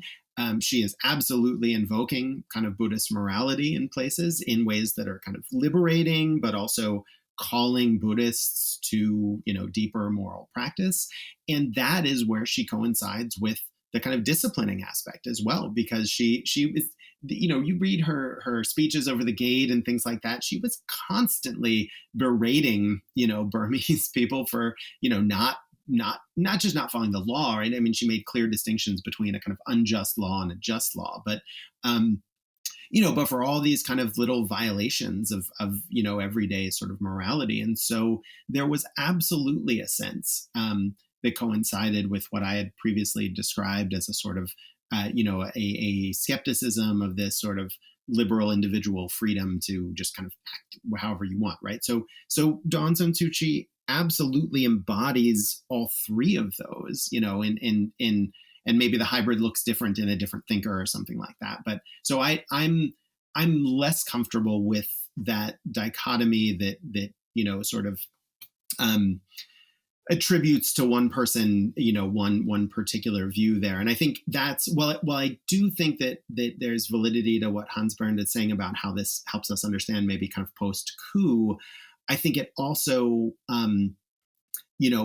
leads to misunderstanding of what Daw Suu and the NLD did when they were in power, right? The ways in which they carried themselves, the kind of projects that they carried out, the things that they didn't do, right? The ways in which they, they might have set up a certain set of expectations, both from a kind of liberal democratic norms sense, and then also from a kind of Buddhist moral norms sense, in addition to lots of other senses. And so I think characterizing that way feels riskier and more potentially obscuring, whereas I'm trying to muddy the water. Now, I think you've got the same risks too, right? Of and maybe that's more about how I laid them out, kind of allowing for the military to be the kind of primary one for disciplining, and an NLD to be and democratic opposition to be the rights-based, and then monks to be the moral. Because in fact, no one has a monopoly on these discourses, and in everybody's political thought in Myanmar, they kind of weave together.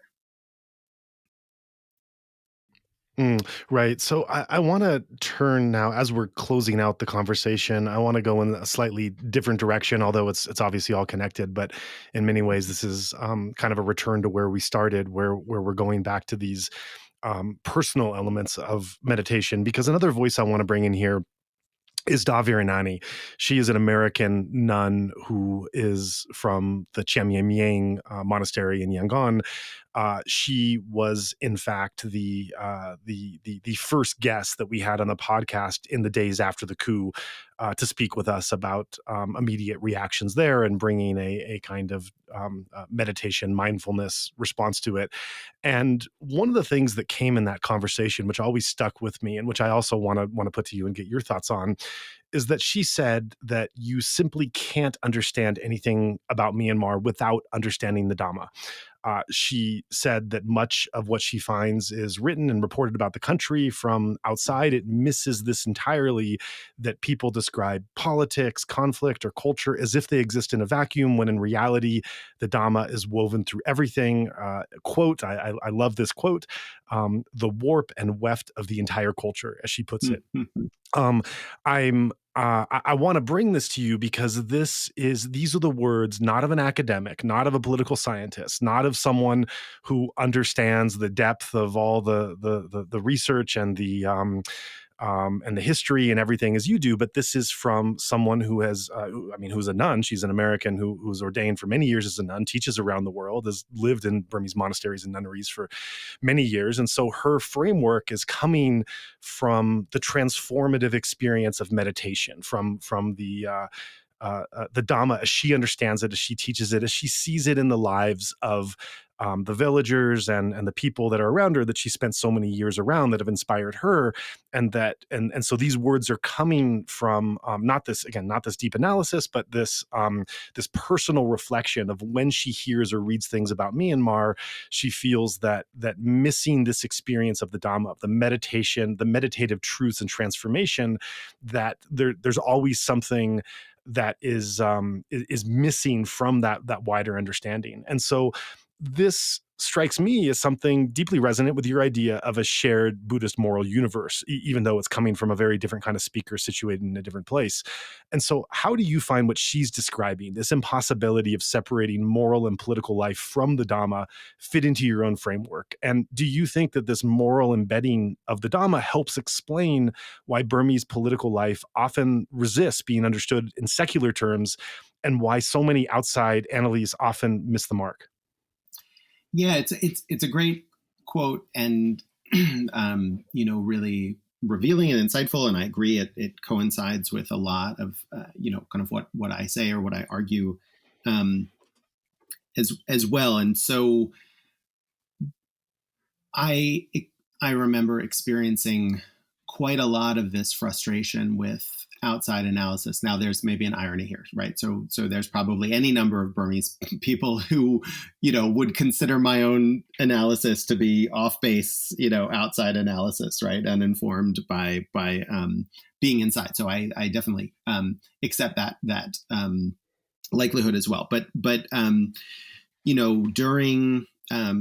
during the time that I was living in and working in Myanmar, I remember being continually frustrated at what felt like superficial analysis that didn't really kind of understand or take the time to understand local practice, and that often coincided with Buddhism and Buddhist ideas and practice. Didn't have to necessarily. I remember the Australian scholar Tamas Wells and I wrote an angry op-ed in response to a New York Times piece, that was entitled something like "Is Democracy Lost in Translation in Myanmar?" Right, part of the hook from this was that there's not a kind of indigenous word for democracy, right, and so maybe there's not really an understanding of what democracy is in this, right, and it was never quite as explicit as that, but that was hands down, what the implication was in the piece, and we were understandably pretty angry about that, and tried to kind of refute that in different ways to show that actually the misunderstanding and the misapprehension is on the part of Western journalists or analysts who are only looking for the things that they understand to be democracy, or the things that they value as democracy, right? And so, what are the sort of the sort of practices, that the participatory practices that not only have sustained people for centuries at village levels and things like that, but that have sustained the revolution, that have sustained communities since the central government has either dropped out or withdrawn or been driven out from various places, right? And so not all of those are kind of Buddhist inflected traditions, certainly, right? I mean, we see some of the most kind of progressive work with kind of community-based decision making in Karenni, right? And we see it all across the country. And so they're not always going to be sort of Buddhist inflected necessarily. And I think that's it's interesting to me to parse out the difference between this quote that you brought up, about like misunderstanding the country, like without kind of understanding the Dhamma, versus Mark Farmaner's reaction to Aung San Suu Kyi saying, no, we are a Buddhist nation, Yes, right? I mean, right. that's so there is obviously a lot of space for us to parse out the difference between those two, right? But I also think this comes back to sort of why I think this is essential to continue to kind of study and think about and talk about how Buddhists are seeing the world, because I think a lot of the success of Myanmar's sort of post-military politics is going to come from majority groups that have been near hegemonically dominant in these spaces, learning or acquiring or developing different ways to act toward minorities, right? And so that doesn't mean that they Yeah, stop yeah. seeing the world as dharmically inflected, right? They Right. stop seeing the world in that way, but that if we want to idealize the time of Ashoka, and there are lots of reasons for us not to do this, but what some of the ways that scholars read Ashoka is, building out this ambiguously dharmic related governance in a period of deep religious pluralism and sectarianism, right? And so Ashoka's dharma didn't have to be a specifically Buddhist dharma. It could appeal to notions of dharma, or even notions of justice among other like kind of religious, what we'd now call kind of religious perspectives and things like that. And so what are the possibilities for that, like within Myanmar, right? If Muslims are not vilified, right, but are understood as engaging in kind of like deeply rooted cultural traditions of their own, where are the kind of cross-cultural dialogues, right? We saw that have political implications. We saw brief little periods of this that were really, really like inspiring, maybe less so for their sort of concrete outputs, right? Nobody solved the problem of what religious pluralism looks like, but to be able to sit down, monks and monks and imams, or monks with like Islamic scholars and with Christian like scholars or pastors, and just kind of talk through like, what does it mean for them to kind of live together? What are some of the shared values that emerge from these spaces? That's what's going to have to be cultivated and fostered, and the ability of some really inspiring people and projects to do that during a relatively brief period of opening was one way forward for that. And so I continue to think that this notion of a shared moral universe is useful and to some extent kind of necessary, but we also need to guard against kind of being the person with the hammer who sees everything as a nail, right? That there is a kind of a different sort of space that needs to be cultivated as well, where we're not just thinking about what sort of projects and values and perspectives a kind of Buddhist inflected moral universe presents, but now we have to think about a Buddhist inflected moral universe that is occupying a shared space to kind of respectful, inclusive religious pluralism. And let me just say that, like, despite some really inspiring and cool rhetoric from especially younger generations in this revolution, that is by no means guaranteed, right? So there is still quite a lot. I expect that the deference of the Buddhist majority is going to be harder to secure than the deference of the Burma ethnic majority when it comes down to it, because these things are very kind of deeply rooted, and of course they're interlinked as well. So it's a difficult project, but again, I see the kind of thoughtful, reflective study of Buddhism in this context to be an essential part of it, but certainly not the whole project. Well, I thank you so much for joining us on this conversation. We've talked for over 2 hours. It feels like about 5 minutes. We went 3.5 hours with Gustav Hauptmann when he was on. I think we could easily do that. And even those 3.5 hours felt like we were barely touching the surface. So, I think I would suggest putting a pin in it for the moment, but I would I think there's so much territory left to cover. There are a number of other lines of inquiry that I would definitely like to go down, and many things that you said that launched new questions. So I very much hope that we'll be able to continue this conversation. I think it's so important in many ways, and invite audience members to engage and explore along with us, because I think if this conversation has shown anything through the plethora of voices and other scholarship that we've brought up, it's how complex it is, how rich it is, but how it's also a place that one can engage on their own terms and hearing their own arguments and kind of finding their own path. And that's definitely what we want to illustrate here, rather than something authoritative. Yeah, thanks so much. I mean, this has been a really enjoyable conversation from my end, as well. It's rare to get this much time to just sort of kind of stretch out and bat some ideas back and forth, and so I really appreciate that. I've been We're having this conversation right at the end of October, and I've been traveling a lot recently for Myanmar related things. And I guess the thing that I want to end on here is that we're at a moment now, almost getting on to 5 years into the revolution, where some of the kind of battlefield momentum is very different. It feels a little more stagnant politically. You see more infighting. It's not as clear what the outcome is going to be. Those are important dynamics to attend to. And this is maybe a little less related to the specific work of mine and Buddhist political thought that we've been talking about. But one of the messages that I kept hearing from people in, conferences with like young Burmese scholars, and, work within ASEAN on kind of ways forward and what were the dynamics within Myanmar, and was, what was definitely a kind of exhaustion, but still a sort of optimism. And I think it's really important for us to recognize everything that has been built over the years, especially a couple recent decades of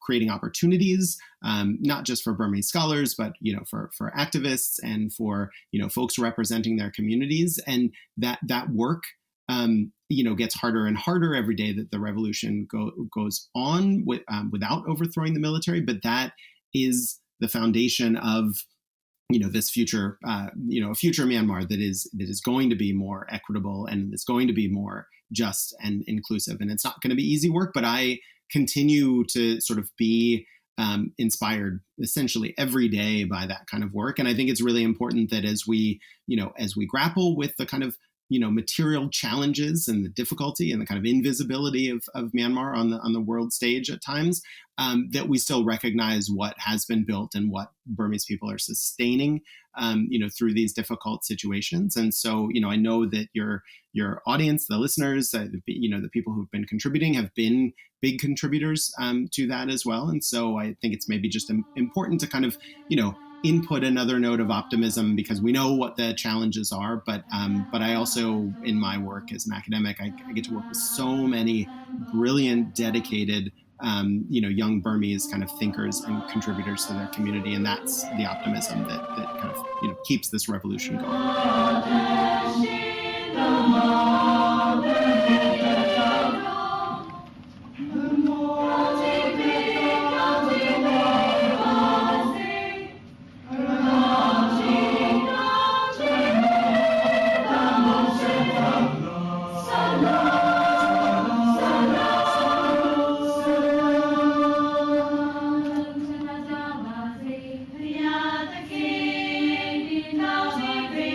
We've come to the end of this discussion, and we thank you for spending your last couple of hours with us.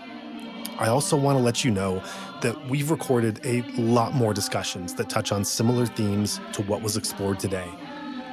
This is because over the years, we've curated a rich archive now numbering in the hundreds of episodes, freely available to all. Among these are in-depth conversations with guests who explore Buddhist teachings and meditation practices, shedding light on the profound spiritual traditions that are deeply woven into Myanmar's culture. These discussions offer insights into mindfulness, compassion, and spiritual development, timeless principles that resonate far beyond the borders of the Golden Land. However, producing and preserving this archive requires significant time and resources, and we rely on listeners like you to help sustain it. If you found inspiration or guidance in today's episode, or from any of the wealth of teachings and meditative reflections maintained in our archive, we invite you to support our work. Your generosity helps us to continue production and to share these valuable conversations, while ensuring that this resource remains freely available to all who seek it. Visit insightmyanmar.org/donation to make a contribution.